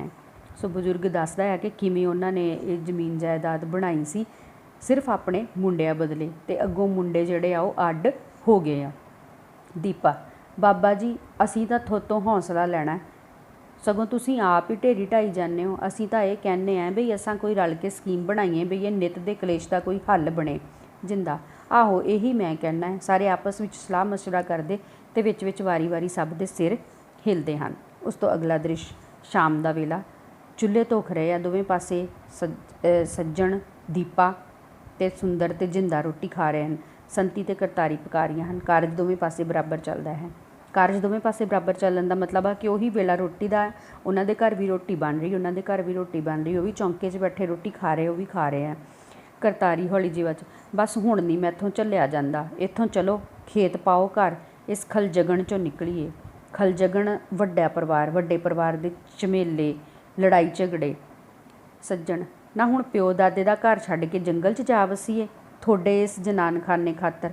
जनान खाने मतलब लड़ाई, जनानियां दी लड़ाई दे खातर कहंदा हुण असीं घर छड्ड के ते जंगल च जा वसीए। जंगल किहनूं क्या आ? खेतां नूं। क्यों जंगल नूं की है? होर अद्धा पिंड नहीं खेतां च घर पा रहिंदा। सज्जण बेटा एक्सट्रैक्ट आ बड़ा इंपॉर्टेंट आ। आहो सज्जण कहंदा आ वड्डा आ जिहड़ा, आहो आ नित कजिए भी खेतां वालियां दे ही सुणींदे आ। कदे उत्थे गोली चल गई, कदे उत्थे धू घड़ीस हो गई, वड्डे फार्म हाउसां दी मालकी दे चट्टे बे। हुण ये सज्जण ने कई गल उन्होंने समझा रहा है। कहंदा कजिए मतलब तुसी कह सकते हो मार धाड़। कहंदा खेतां वालियां दे ही सुणींदे आ जदों आ कोई लड़ाई झगड़ा मार गोली गाली चलदी है। कहंदा कदे उत्थे गोली चल गई, कदे धू घड़ीस हो गई, वड्डे फार्म हाउसां दी मालकी दे चट्टे बे। कि जिहड़े फार्म हाउसां दे विच रहिंदे आ उन्हां दा भी कहंदा हाल कोई चंगा नहीं आ। कहण दा मतलब आ कि पिंड दे विच तां फिर आसे पासे कोई ना कोई रहिंदा आ, सौ अपना चाचे ताए भैण भरा हुंदे आ ते पर खेतां दे विच कोई नहीं आ। ये उस वेले दी गल नूं दर्शा रहा है जदों पंजाब दे नौजवानां दा घाण कीता जा रहा सी। अपने धर्म की खातर संघर्ष करके ते लोग जिहड़े जिन्हां नूं उस वेले भाऊ कह दिता जांदा सी ते पुलिस उन्हां नूं अतवादी कहंदी सी ते ਉਹ लोग अपने घरों बेघर होए खेतां दे विच लुकदे फिरदे सी ते रोटी पानी खाण लई जदों खेतां दे विच किसे दे घर जांदे सी ते जे पुलिस नूं खबर लग जांदी सी तां पुलिस जिहड़ी आ ਉਹ ਉਹਨਾਂ ਨੂੰ भी मार दिंदी सी ते जिन्हां दे घर ਉਹ ठहरे हुंदे सी ਉਹਨਾਂ ਨੂੰ भी मारदी सी ते जे घर वाले ਉਹਨਾਂ ਨੂੰ रोटी नहीं सी खवाउंदे ते ਉਹ फिर ਉਹਨਾਂ ਨੂੰ अपनी रोटी की खातर, रोटी खाण की खातर कई बार उन्होंने भी डर रहिंदा सी भी किते सानू ना आए मार देण।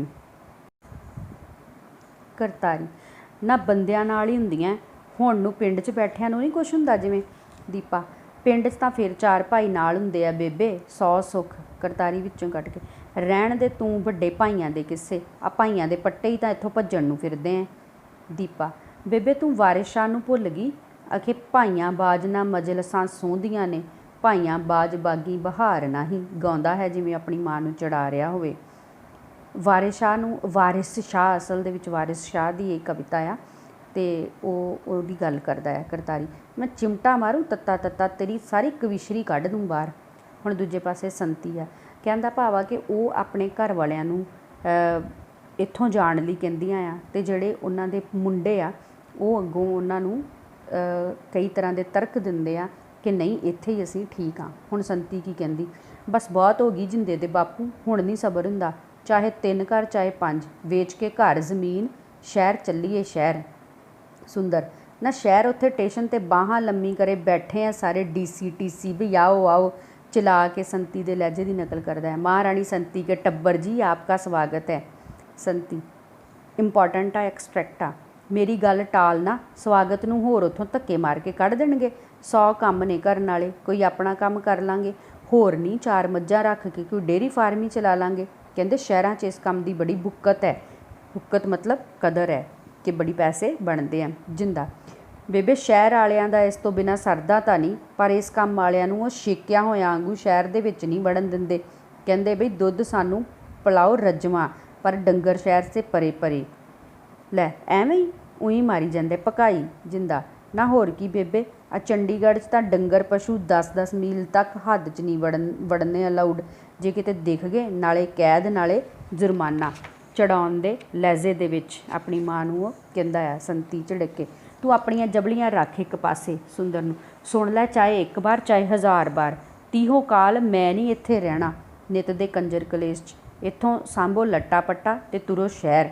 ਦੋਵੇਂ ਪਾਸੇ ਇੱਕ ਦੂਜੇ ਨਾਲ ਗੱਲਾਂ ਕਰਨ, ਸਮਝਣ ਸਮਝਾਉਣ ਦਾ ਮਾਈਮ ਜਾਰੀ ਰਹਿੰਦਾ ਹੈ। ਮਾਈਮ ਦਾ ਮਤਲਬ ਕਿ ਫਿਰ ਉਹ ਦਿਖਾਈ ਦਿੰਦਾ ਆ ਸਟੇਜ ਦੇ ਉੱਪਰ ਸਿਰਫ ਲਿਪਸ ਮੂਵਮੈਂਟ ਉਹਨਾਂ ਦੀ, ਠੀਕ ਹੈ, ਲਿਪਸ ਮੂਵਮੈਂਟ ਹੀ ਦਿਖਾਈ ਦਿੰਦੀ ਹੈ ਅਤੇ ਆਵਾਜ਼ ਬੰਦ ਹੋ ਜਾਂਦੀ ਹੈ। ਅਗਲਾ ਦ੍ਰਿਸ਼ ਇਸ ਤੋਂ ਬਾਅਦ ਆਉਂਦਾ ਹੈ। ਸੋ ਇਸ ਦ੍ਰਿਸ਼ ਦੇ ਵਿੱਚ ਸੰਤੀ ਤੇ ਆਪਣੇ ਪਤੀ ਨੂੰ ਸਮਝਾ ਰਹੀ ਹੈ ਵੀ ਆਪਾਂ ਇੱਥੋਂ ਚਲੇ ਜਾਈਏ, ਅਤੇ ਜਿਹੜੀ ਆ ਕਰਤਾਰੀ ਉਹ ਆਪਣੇ ਪਤੀ ਨੂੰ ਕਹਿ ਰਹੀ ਹੈ, ਅਤੇ ਉਹਨਾਂ ਦੇ ਪਤੀ ਜਿਹੜੇ ਆ ਉਹ ਅੱਗੋਂ ਕੋਈ ਨਾ ਕੋਈ ਪਤੀ ਅਤੇ ਮੁੰਡੇ ਜਿਹੜੇ ਆ ਉਹ ਕਹਿੰਦੇ ਆ ਵੀ ਨਹੀਂ ਅਸੀਂ ਇੱਥੋਂ ਨਹੀਂ ਜਾਣਾ। ਜਿਸ ਤਰ੍ਹਾਂ ਡੇਅਰੀ ਫਾਰਮ ਦੀ ਗੱਲ ਕੀਤੀ ਗਈ ਹੈ ਕਿ ਸ਼ਹਿਰਾਂ ਦੇ ਵਿੱਚ ਚੰਡੀਗੜ੍ਹ ਵਰਗੇ ਸ਼ਹਿਰ ਦੀ ਗੱਲ ਕੀਤੀ ਗਈ ਹੈ ਕਿ ਉਹ ਵੀ ਉੱਥੇ ਸ਼ਹਿਰ ਨਹੀਂ ਜਾਣਾ ਚਾਹੁੰਦੇ। ਸੋ ਅਗਲਾ ਦ੍ਰਿਸ਼ ਜਿਹੜਾ ਆ ਉਹ ਕਰਤਾਰੀ ਚੌਂਕੇ 'ਚ ਬੈਠੀ ਹੈ। ਸੱਜਣ ਜਿਹੜਾ ਬਜ਼ੁਰਗ ਦੇ ਢਾਰੇ 'ਚੋਂ ਬਾਹਰ ਆਉਂਦਾ ਹੈ ਚਿੰਤਤ ਮੁਦਰਾ ਦੇ ਵਿੱਚ, ਮਤਲਬ ਉਹਦੇ ਚਿਹਰੇ ਤੋਂ ਚਿੰਤਾ ਬੜੀ ਸਾਫ਼ ਦਿਖਾਈ ਦਿੰਦੀ ਹੈ। ਸੱਜਣ ਕੀ ਕਹਿੰਦਾ ਆ, ਕਰਤਾਰ ਕੁਰੇ ਬਾਪੂ ਢਿੱਲਾ ਕੁਛ ਚਾਹ ਚੂ ਕਰਕੇ ਦੇ, ਬਿਰਧ ਸਰੀਰ ਹੈ ਕਿਤੇ ਹੋਰ ਹੀ ਭਾਣਾ ਨਾ ਵਰਤ ਜੇ। ਬਿਰਧ ਮਤਲਬ ਬਜ਼ੁਰਗ, ਭਾਣਾ ਨਾ ਵਰਤ ਜੇ ਵੀ ਕਿਤੇ ਬਾਪੂ ਵਿਚਾਰਾ ਚੜ੍ਹਾਈ ਨਾ ਕਰ ਜੇ, ਰੱਬ ਨੂੰ ਪਿਆਰਾ ਨਾ ਹੋ ਜੇ। ਕਰਤਾਰੀ ਉਹ ਤਾਂ ਮੈਂ ਦੇ ਆਉਂਦੀ ਹਾਂ, ਤੂੰ ਉਹਨੂੰ ਕਿਹਾ ਨਹੀਂ ਬਈ ਇੱਧਰ ਆ ਜਾਓ। ਸੱਜਣ ਕਮਲਾ ਮੈਂ ਇੱਕ ਵਾਰ ਕਿਹਾ ਉਹਦੀ ਉਹੀ ਰੱਟ, ਬਸ ਮੈਂ ਤਾਂ ਇੱਥੇ ਹੀ ਰਹੂੰ। ਹੁਣ ਬਾਪੂ ਬਿਮਾਰ ਹੈ ਅਤੇ ਉਹ ਉਹਨੂੰ ਆਪਣੀ ਪਤਨੀ ਨੂੰ ਕਹਿ ਰਿਹਾ ਹੈ ਸੱਜਣ ਕਰਤਾਰੀ ਨੂੰ ਕਿ ਉਹਨੂੰ ਚਾਹ ਪਾਣੀ ਦੇ ਆ। ਉਹ ਕਹਿੰਦੀ ਵੀ ਤੂੰ ਬਾਪੂ ਨੂੰ ਕਹਿਣਾ ਸੀ ਕਿ ਸਾਡੇ ਘਰ ਆ ਜਾ, ਪਰ ਕਹਿੰਦਾ ਬਾਪੂ ਕਹਿੰਦਾ ਵੀ ਮੈਂ ਨਹੀਂ ਆਉਣਾ, ਇੱਕੋ ਰੱਟ ਉਹਨੇ ਲਾਈ ਹੋਈ ਹੈ। ਚੰਗਾ ਚਾਹ ਪਾਉਂਦੀ ਹੋਈ, ਲੈ ਜੀ ਤੂੰ ਹੀ ਫੜਾਇਆ ਚਾਹ, ਨਾਲੇ 2 ਘੜੀ ਹੋਰ ਕੋਲ ਬਹਿ ਆ, ਮੈਂ ਬਾੜੇ 'ਚੋਂ ਪਾਥੀਆਂ ਦਾ ਟੋਕਰਾ ਹੀ ਲੈ ਆਵਾਂ। ਸੱਜਣ ਚਾਹ ਫੜਦਾ ਹੋਇਆ ਲਿਆ ਦੇ, ਅੰਦਰ ਜਾਂਦਾ ਹੈ। ਦੂਜੇ ਪਾਸਿਓਂ ਮੋਢੇ 'ਤੇ ਕਈ ਰੱਖੀ ਸੁੰਦਰ ਬਾਹਰੋਂ ਆਉਂਦਾ ਹੈ। ਓਟੇ 'ਚੋਂ ਪਾਣੀ ਦੀ ਗੜਵੀ ਲੈ ਕੇ ਹੱਥ ਪੈਰ ਧੋਂਦਾ ਆਵਾਜ਼ ਮਾਰਦਾ ਹੈ। ਓਟਾ ਪਾਣੀ ਸਟਾਕ ਕਰਕੇ ਜਿੱਥੇ ਰੱਖਿਆ ਹੁੰਦਾ ਆ, ਥੋੜ੍ਹਾ ਜਾਂ ਮਟਕਾ ਟਾਈਪ ਕੁਛ ਇਹ ਵੀ ਕਹਿ ਸਕਦੇ ਹੋ, ਜਿਹਦੇ ਵਿੱਚੋਂ ਗੜਵੀ ਨਾਲ ਪਾਣੀ ਲੈਂਦਾ ਹੈ ਅਤੇ ਆਪਣੇ ਹੱਥ ਪੈਰ ਧੋਂਦਾ ਹੈ। ਸੁੰਦਰ ਮੈਂ ਕਿਹਾ ਜਿੰਦੇ ਦੀ ਬੇਬੇ, ਉਹ ਜਿੰਦੇ ਦੀ ਬੇਬੇ। ਸੰਤੀ ਆਉਂਦੀ ਆ, ਤੂੰ ਜੀ ਆ ਗਿਆ ਖੇਤੋਂ? ਆਹੋ ਖੇਤ ਦੀ ਖੈਰ ਹੈ। ਮੈਂ ਕਿਹਾ ਬਾਪੂ ਢਿੱਲਾ ਕੁਛ, ਆ ਰਾਜ ਭਾਬੀ ਮਿਲੀ ਸੀ, ਉਹਨੇ ਦੱਸਿਆ। ਭਾਬੀ ਦੇ ਨਾਂ ਤੋਂ ਨੱਕ ਬੁੱਲ ਜਿਹਾ ਵੱਟਣ ਲੱਗਦੀ ਆ ਅਚਾਨਕ ਬੜੇ ਠਰਮੇ ਜਿਹੇ ਨਾਲ। ਆਹੋ ਮੈਂ ਵੀ ਸੁਣੇ ਸੀ, ਦੋਵੇਂ ਖਸਮ ਤੀਵੀਂ ਗੱਲਾਂ ਜੀਆਂ ਕਰਦੇ। ਜਾ ਤੂੰ ਜਾ ਆ, ਪਤਾ ਕਰਿਆ ਬੁੜੇ ਦਾ, ਕਿਤੇ ਹੋਰ ਨਾ ਕੁਸ ਦਾ ਕੁਸ ਹੋਵੇ। ਸੁੰਦਰ ਤੂੰ ਮਾੜੀ ਭਾਖਿਆ ਹੀ ਕੱਢਿਆ ਕਰ। ਭਾਖਿਆ ਮਤਲਬ ਪਾਸ਼ਾ। ਆਪਣੀ ਪਤਨੀ ਨੂੰ ਕਹਿੰਦਾ ਮੈਂ ਕਰਦਾ ਪਤਾ ਬਾਪੂ ਦਾ, ਤੂੰ ਜਰਾ ਰੁੱਗ ਲਵਾ ਅਤੇ ਜਿੰਦੇ ਨੂੰ ਕਹਿ ਪੱਠੇ ਕੁਤਰ ਦੇ। ਰੁੱਗ ਲਵਾਉਣਾ ਮਤਲਬ ਪੱਠੇ ਟੋਕੇ ਦੇ ਵਿੱਚ ਪਾਉਣੇ, ਅਤੇ ਜਿੰਦਾ ਕਹਿੰਦਾ ਅੱਗੋਂ ਕੁਤਰ ਦੇਗਾ। ਸੰਤੀ ਜਿੰਦਾ ਕਿੱਥੇ ਮੁੜਿਆ ਸ਼ਹਿਰੋਂ ਅਜੇ? ਸੁੰਦਰ ਚੰਗਾ ਮੈਂ ਹੀ ਆ ਕੇ ਲੱਗਦਾ, ਤੂੰ ਚਾਹ ਧਰ, ਮੈਂ ਬਾਪੂ ਦਾ ਪਤਾ ਕਰ ਆਵਾਂ, ਨਾਲੇ ਉਹਨੂੰ ਵੀ ਦੇ ਆਵਾਂ। ਆ ਤੁਲਸੀ ਦੇ ਪੱਤੇ ਪਾ ਲਈ 2, ਠੰਡ ਠੁੰਡੀ ਹੋਊ ਲੱਗੀ। ਸੁੰਦਰ ਬਜ਼ੁਰਗ ਦੇ ਢਾਰੇ ਵੱਲ ਜਾਂਦਾ ਹੈ ਅਤੇ ਸੰਤੀ ਅੰਦਰ ਚਾਹ ਦਾ ਸਮਾਨ ਲੈਣ ਜਾਂਦੀ ਹੈ। ਦਿਨ ਦਾ ਸਮਾਂ ਆ। 9ਵਾਂ ਦ੍ਰਿਸ਼। ਬਾਪੂ ਦਾ ਮੰਜਾ ਦੋਹਾਂ ਘਰਾਂ ਦੇ ਬਿਲਕੁਲ ਅੱਧ ਵਿਚਕਾਰ ਡਾਇਆ ਹੋਇਆ ਹੈ। ਸਾਰਾ ਪਰਿਵਾਰ ਉਹਦੇ ਮੰਜੇ ਦੇ ਆਲੇ ਦੁਆਲੇ ਹੈ। ਸੱਜਣ ਅਤੇ ਸੁੰਦਰ ਮੰਜੇ ਦੀ ਪੈਂਦ ਸਰਾਣੀ ਬੈਠੇ ਹਨ ਅਤੇ ਕਰਤਾਰੀ ਅਤੇ ਸੰਤੀ ਥੱਲੇ ਪੀੜ੍ਹੀਆਂ 'ਤੇ ਬੈਠੀਆਂ। ਦੀਪਾ ਅਤੇ ਜਿੰਦਾ ਪਿੱਛੇ ਉਦਾਸ ਜੇ ਖੜ੍ਹੇ ਹਨ। ਮਤਲਬ ਸਾਰੇ ਪਰਿਵਾਰ ਜਿਹੜੇ ਇਕੱਠੇ ਹੋ ਕੇ ਬਾਪੂ ਦੇ ਆਲੇ ਦੁਆਲੇ ਬੈਠੇ, ਕਿਉਂਕਿ ਬਾਪੂ ਜਿਹੜਾ ਆ ਉਹ ਕੁਝ ਢਿੱਲਾ ਆ ਅਤੇ ਬਾਪੂ ਨੂੰ ਉਹ ਕਹਿ ਰਹੇ ਹਨ।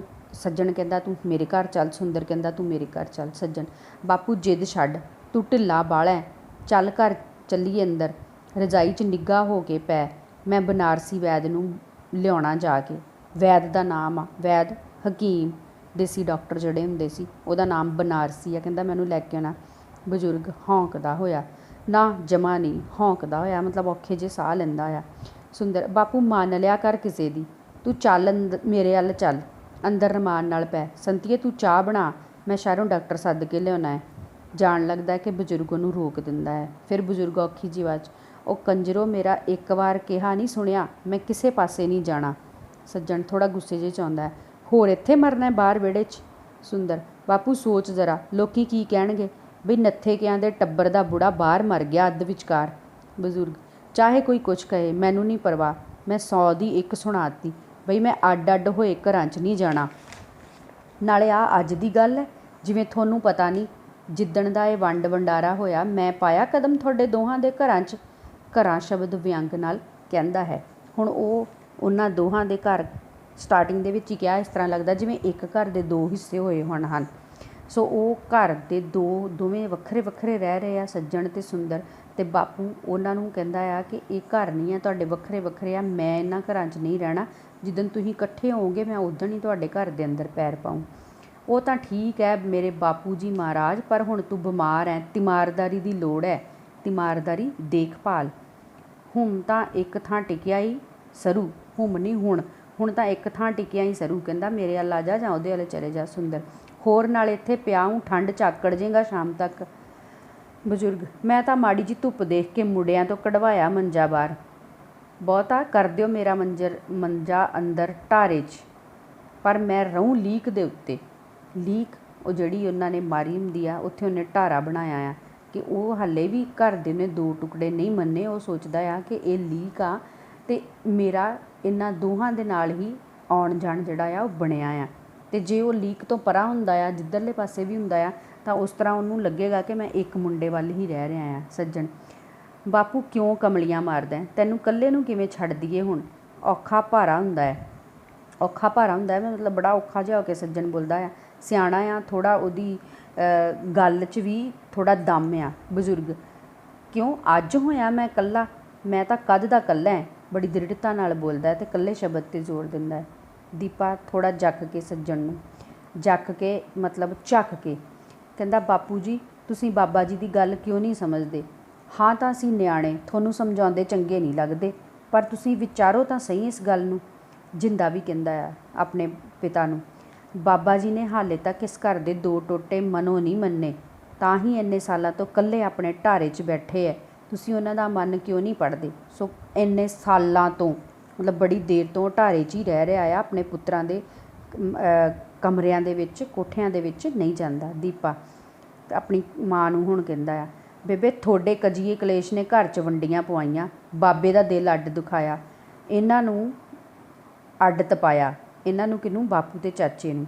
ਜਿੰਦਾ ਵੀ ਆਪਣੀ ਮਾਂ ਨੂੰ ਕਹਿੰਦਾ, ਜੇ ਹੁਣ ਵੀ ਬੜੀ ਲੋੜਦੇ ਹੋ ਤਾਂ ਛੱਡ ਦਿਓ ਹਿੰਡ, ਹਿੰਡ ਮਤਲਬ ਜਿੱਦ। ਇਹਨਾਂ ਕਲੇਸ਼ਾਂ ਨੇ ਕਦੇ ਕਿਸੇ ਦਾ ਕੁਝ ਨਹੀਂ ਸਵਾਰਿਆ। ਹੁਣ ਕਰਤਾਰੀ ਅਤੇ ਸੰਤੀ ਨਿੰਮੋ ਝੂਣੀਆਂ ਜੀਆਂ ਹੁੰਦੀਆਂ, ਪੈਰਾਂ ਦੇ ਨਹੁੰ ਖੁਰਚਦੀਆਂ ਹਨ। ਨਿੰਮੋ ਝੂਣੀਆਂ ਸ਼ਰਮਿੰਦਾ ਹੋਈਆਂ। ਸੱਜਣ ਅਤੇ ਸੁੰਦਰ ਵੀ ਸ਼ਰਮਿੰਦਗੀ ਜੀ ਮਹਿਸੂਸ ਕਰਦੇ ਹਨ ਅਤੇ ਬਾਬੇ ਦੇ ਚਿਹਰੇ 'ਤੇ ਰੌਣਕ ਆਉਣ ਲੱਗਦੀ ਹੈ। ਹੁਣ ਉਹ ਸ਼ਰਮਿੰਦਗੀ ਕਿਉਂ ਮਹਿਸੂਸ ਕਰਦੇ ਕਿ ਅਸੀਂ ਆਪਣੇ ਨਿਆਣਿਆਂ ਦੇ ਸਾਹਮਣੇ ਇਹ ਕੁਝ ਕਰਦੇ ਰਹੇ ਅਤੇ ਸਾਡੇ ਬੱਚੇ ਜਿਹੜੇ ਆ ਉਹ ਸਾਨੂੰ ਅੱਗੋਂ ਸਮਝਾਉਣ ਡਏ ਆ। ਦੀਪਾ ਜਿਵੇਂ ਸਾਰਿਆਂ ਨੂੰ ਕਹਿ ਰਿਹਾ ਹੋਵੇ, ਦੇਖ ਲਓ ਜੇ ਬਾਬਾ ਜੀ ਲੋੜੀਂਦੇ ਹੈ, ਘਰ ਦੀ ਸ਼ਾਂਤੀ ਲੋੜੀਂਦੀ ਹੈ, ਤਾਂ ਢਾਹੋ ਇਹ ਅੱਡ ਅੱਡ ਕੰਦੋਲੀਆਂ ਕਿ ਜਿਹੜੀ ਛੋਟੀ ਕੰਧ ਉਹਨਾਂ ਨੇ ਘਰ ਦੇ ਵਿੱਚ ਕੀਤੀ ਹੁੰਦੀ ਹੈ। ਜਿੰਦਾ ਜੋਸ਼ ਨਾਲ, ਛੱਡੋ ਇਹ ਨਿੱਤ ਦੇ ਨਿਗੂਣੇ ਝਗੜੇ, ਨਿਗੂਣੇ ਮਾਮੂਲੀ ਜੇ, ਅਤੇ ਹੋਵੋ ਇਕੱਠੇ।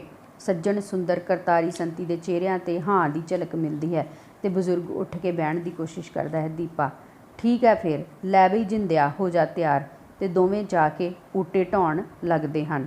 ਓਟੇ ਮਤਲਬ ਕੰਧਾਂ ਛੋਟੀਆਂ ਛੋਟੀਆਂ ਆਸਰੇ ਜਿਹੜੇ ਬਣਾਏ ਹੁੰਦੇ, ਉਹਨਾਂ ਨੇ ਵੰਡ ਦਰਸਾਉਂਦੇ ਆ। ਭਾਂਡੇ ਸਾਂਝੀ ਥਾਂ ਕਰਦੇ ਹਨ ਅਤੇ ਬਾਬਾ ਹੌਲੀ ਹੌਲੀ ਉੱਠ ਕੇ ਖੜ੍ਹਾ ਹੁੰਦਾ ਹੈ। ਸੱਜਣ ਅਤੇ ਸੁੰਦਰ ਬਾਬੇ ਦੇ ਲਾਗੇ ਜਾ ਕੇ ਉਹਨੂੰ ਮੋਢਿਆਂ ਤੋਂ ਫੜ ਕੇ ਖੜ੍ਹਾ ਕਰਨ ਵਿੱਚ ਮਦਦ ਕਰਦੇ ਹਨ। ਸੰਤੀ ਅਤੇ ਕਰਤਾਰੀ ਦੇ ਚਿਹਰਿਆਂ 'ਤੇ ਮੁਸਕਾਨ ਆਉਂਦੀ ਹੈ ਅਤੇ ਪੀੜ੍ਹੀਆਂ 'ਤੇ ਬੈਠਿਆਂ ਇੱਕ ਦੂਜੇ ਵੱਲ ਮੁਸਕਰਾਉਂਦੀਆਂ ਤੱਕਦੀਆਂ ਹਨ।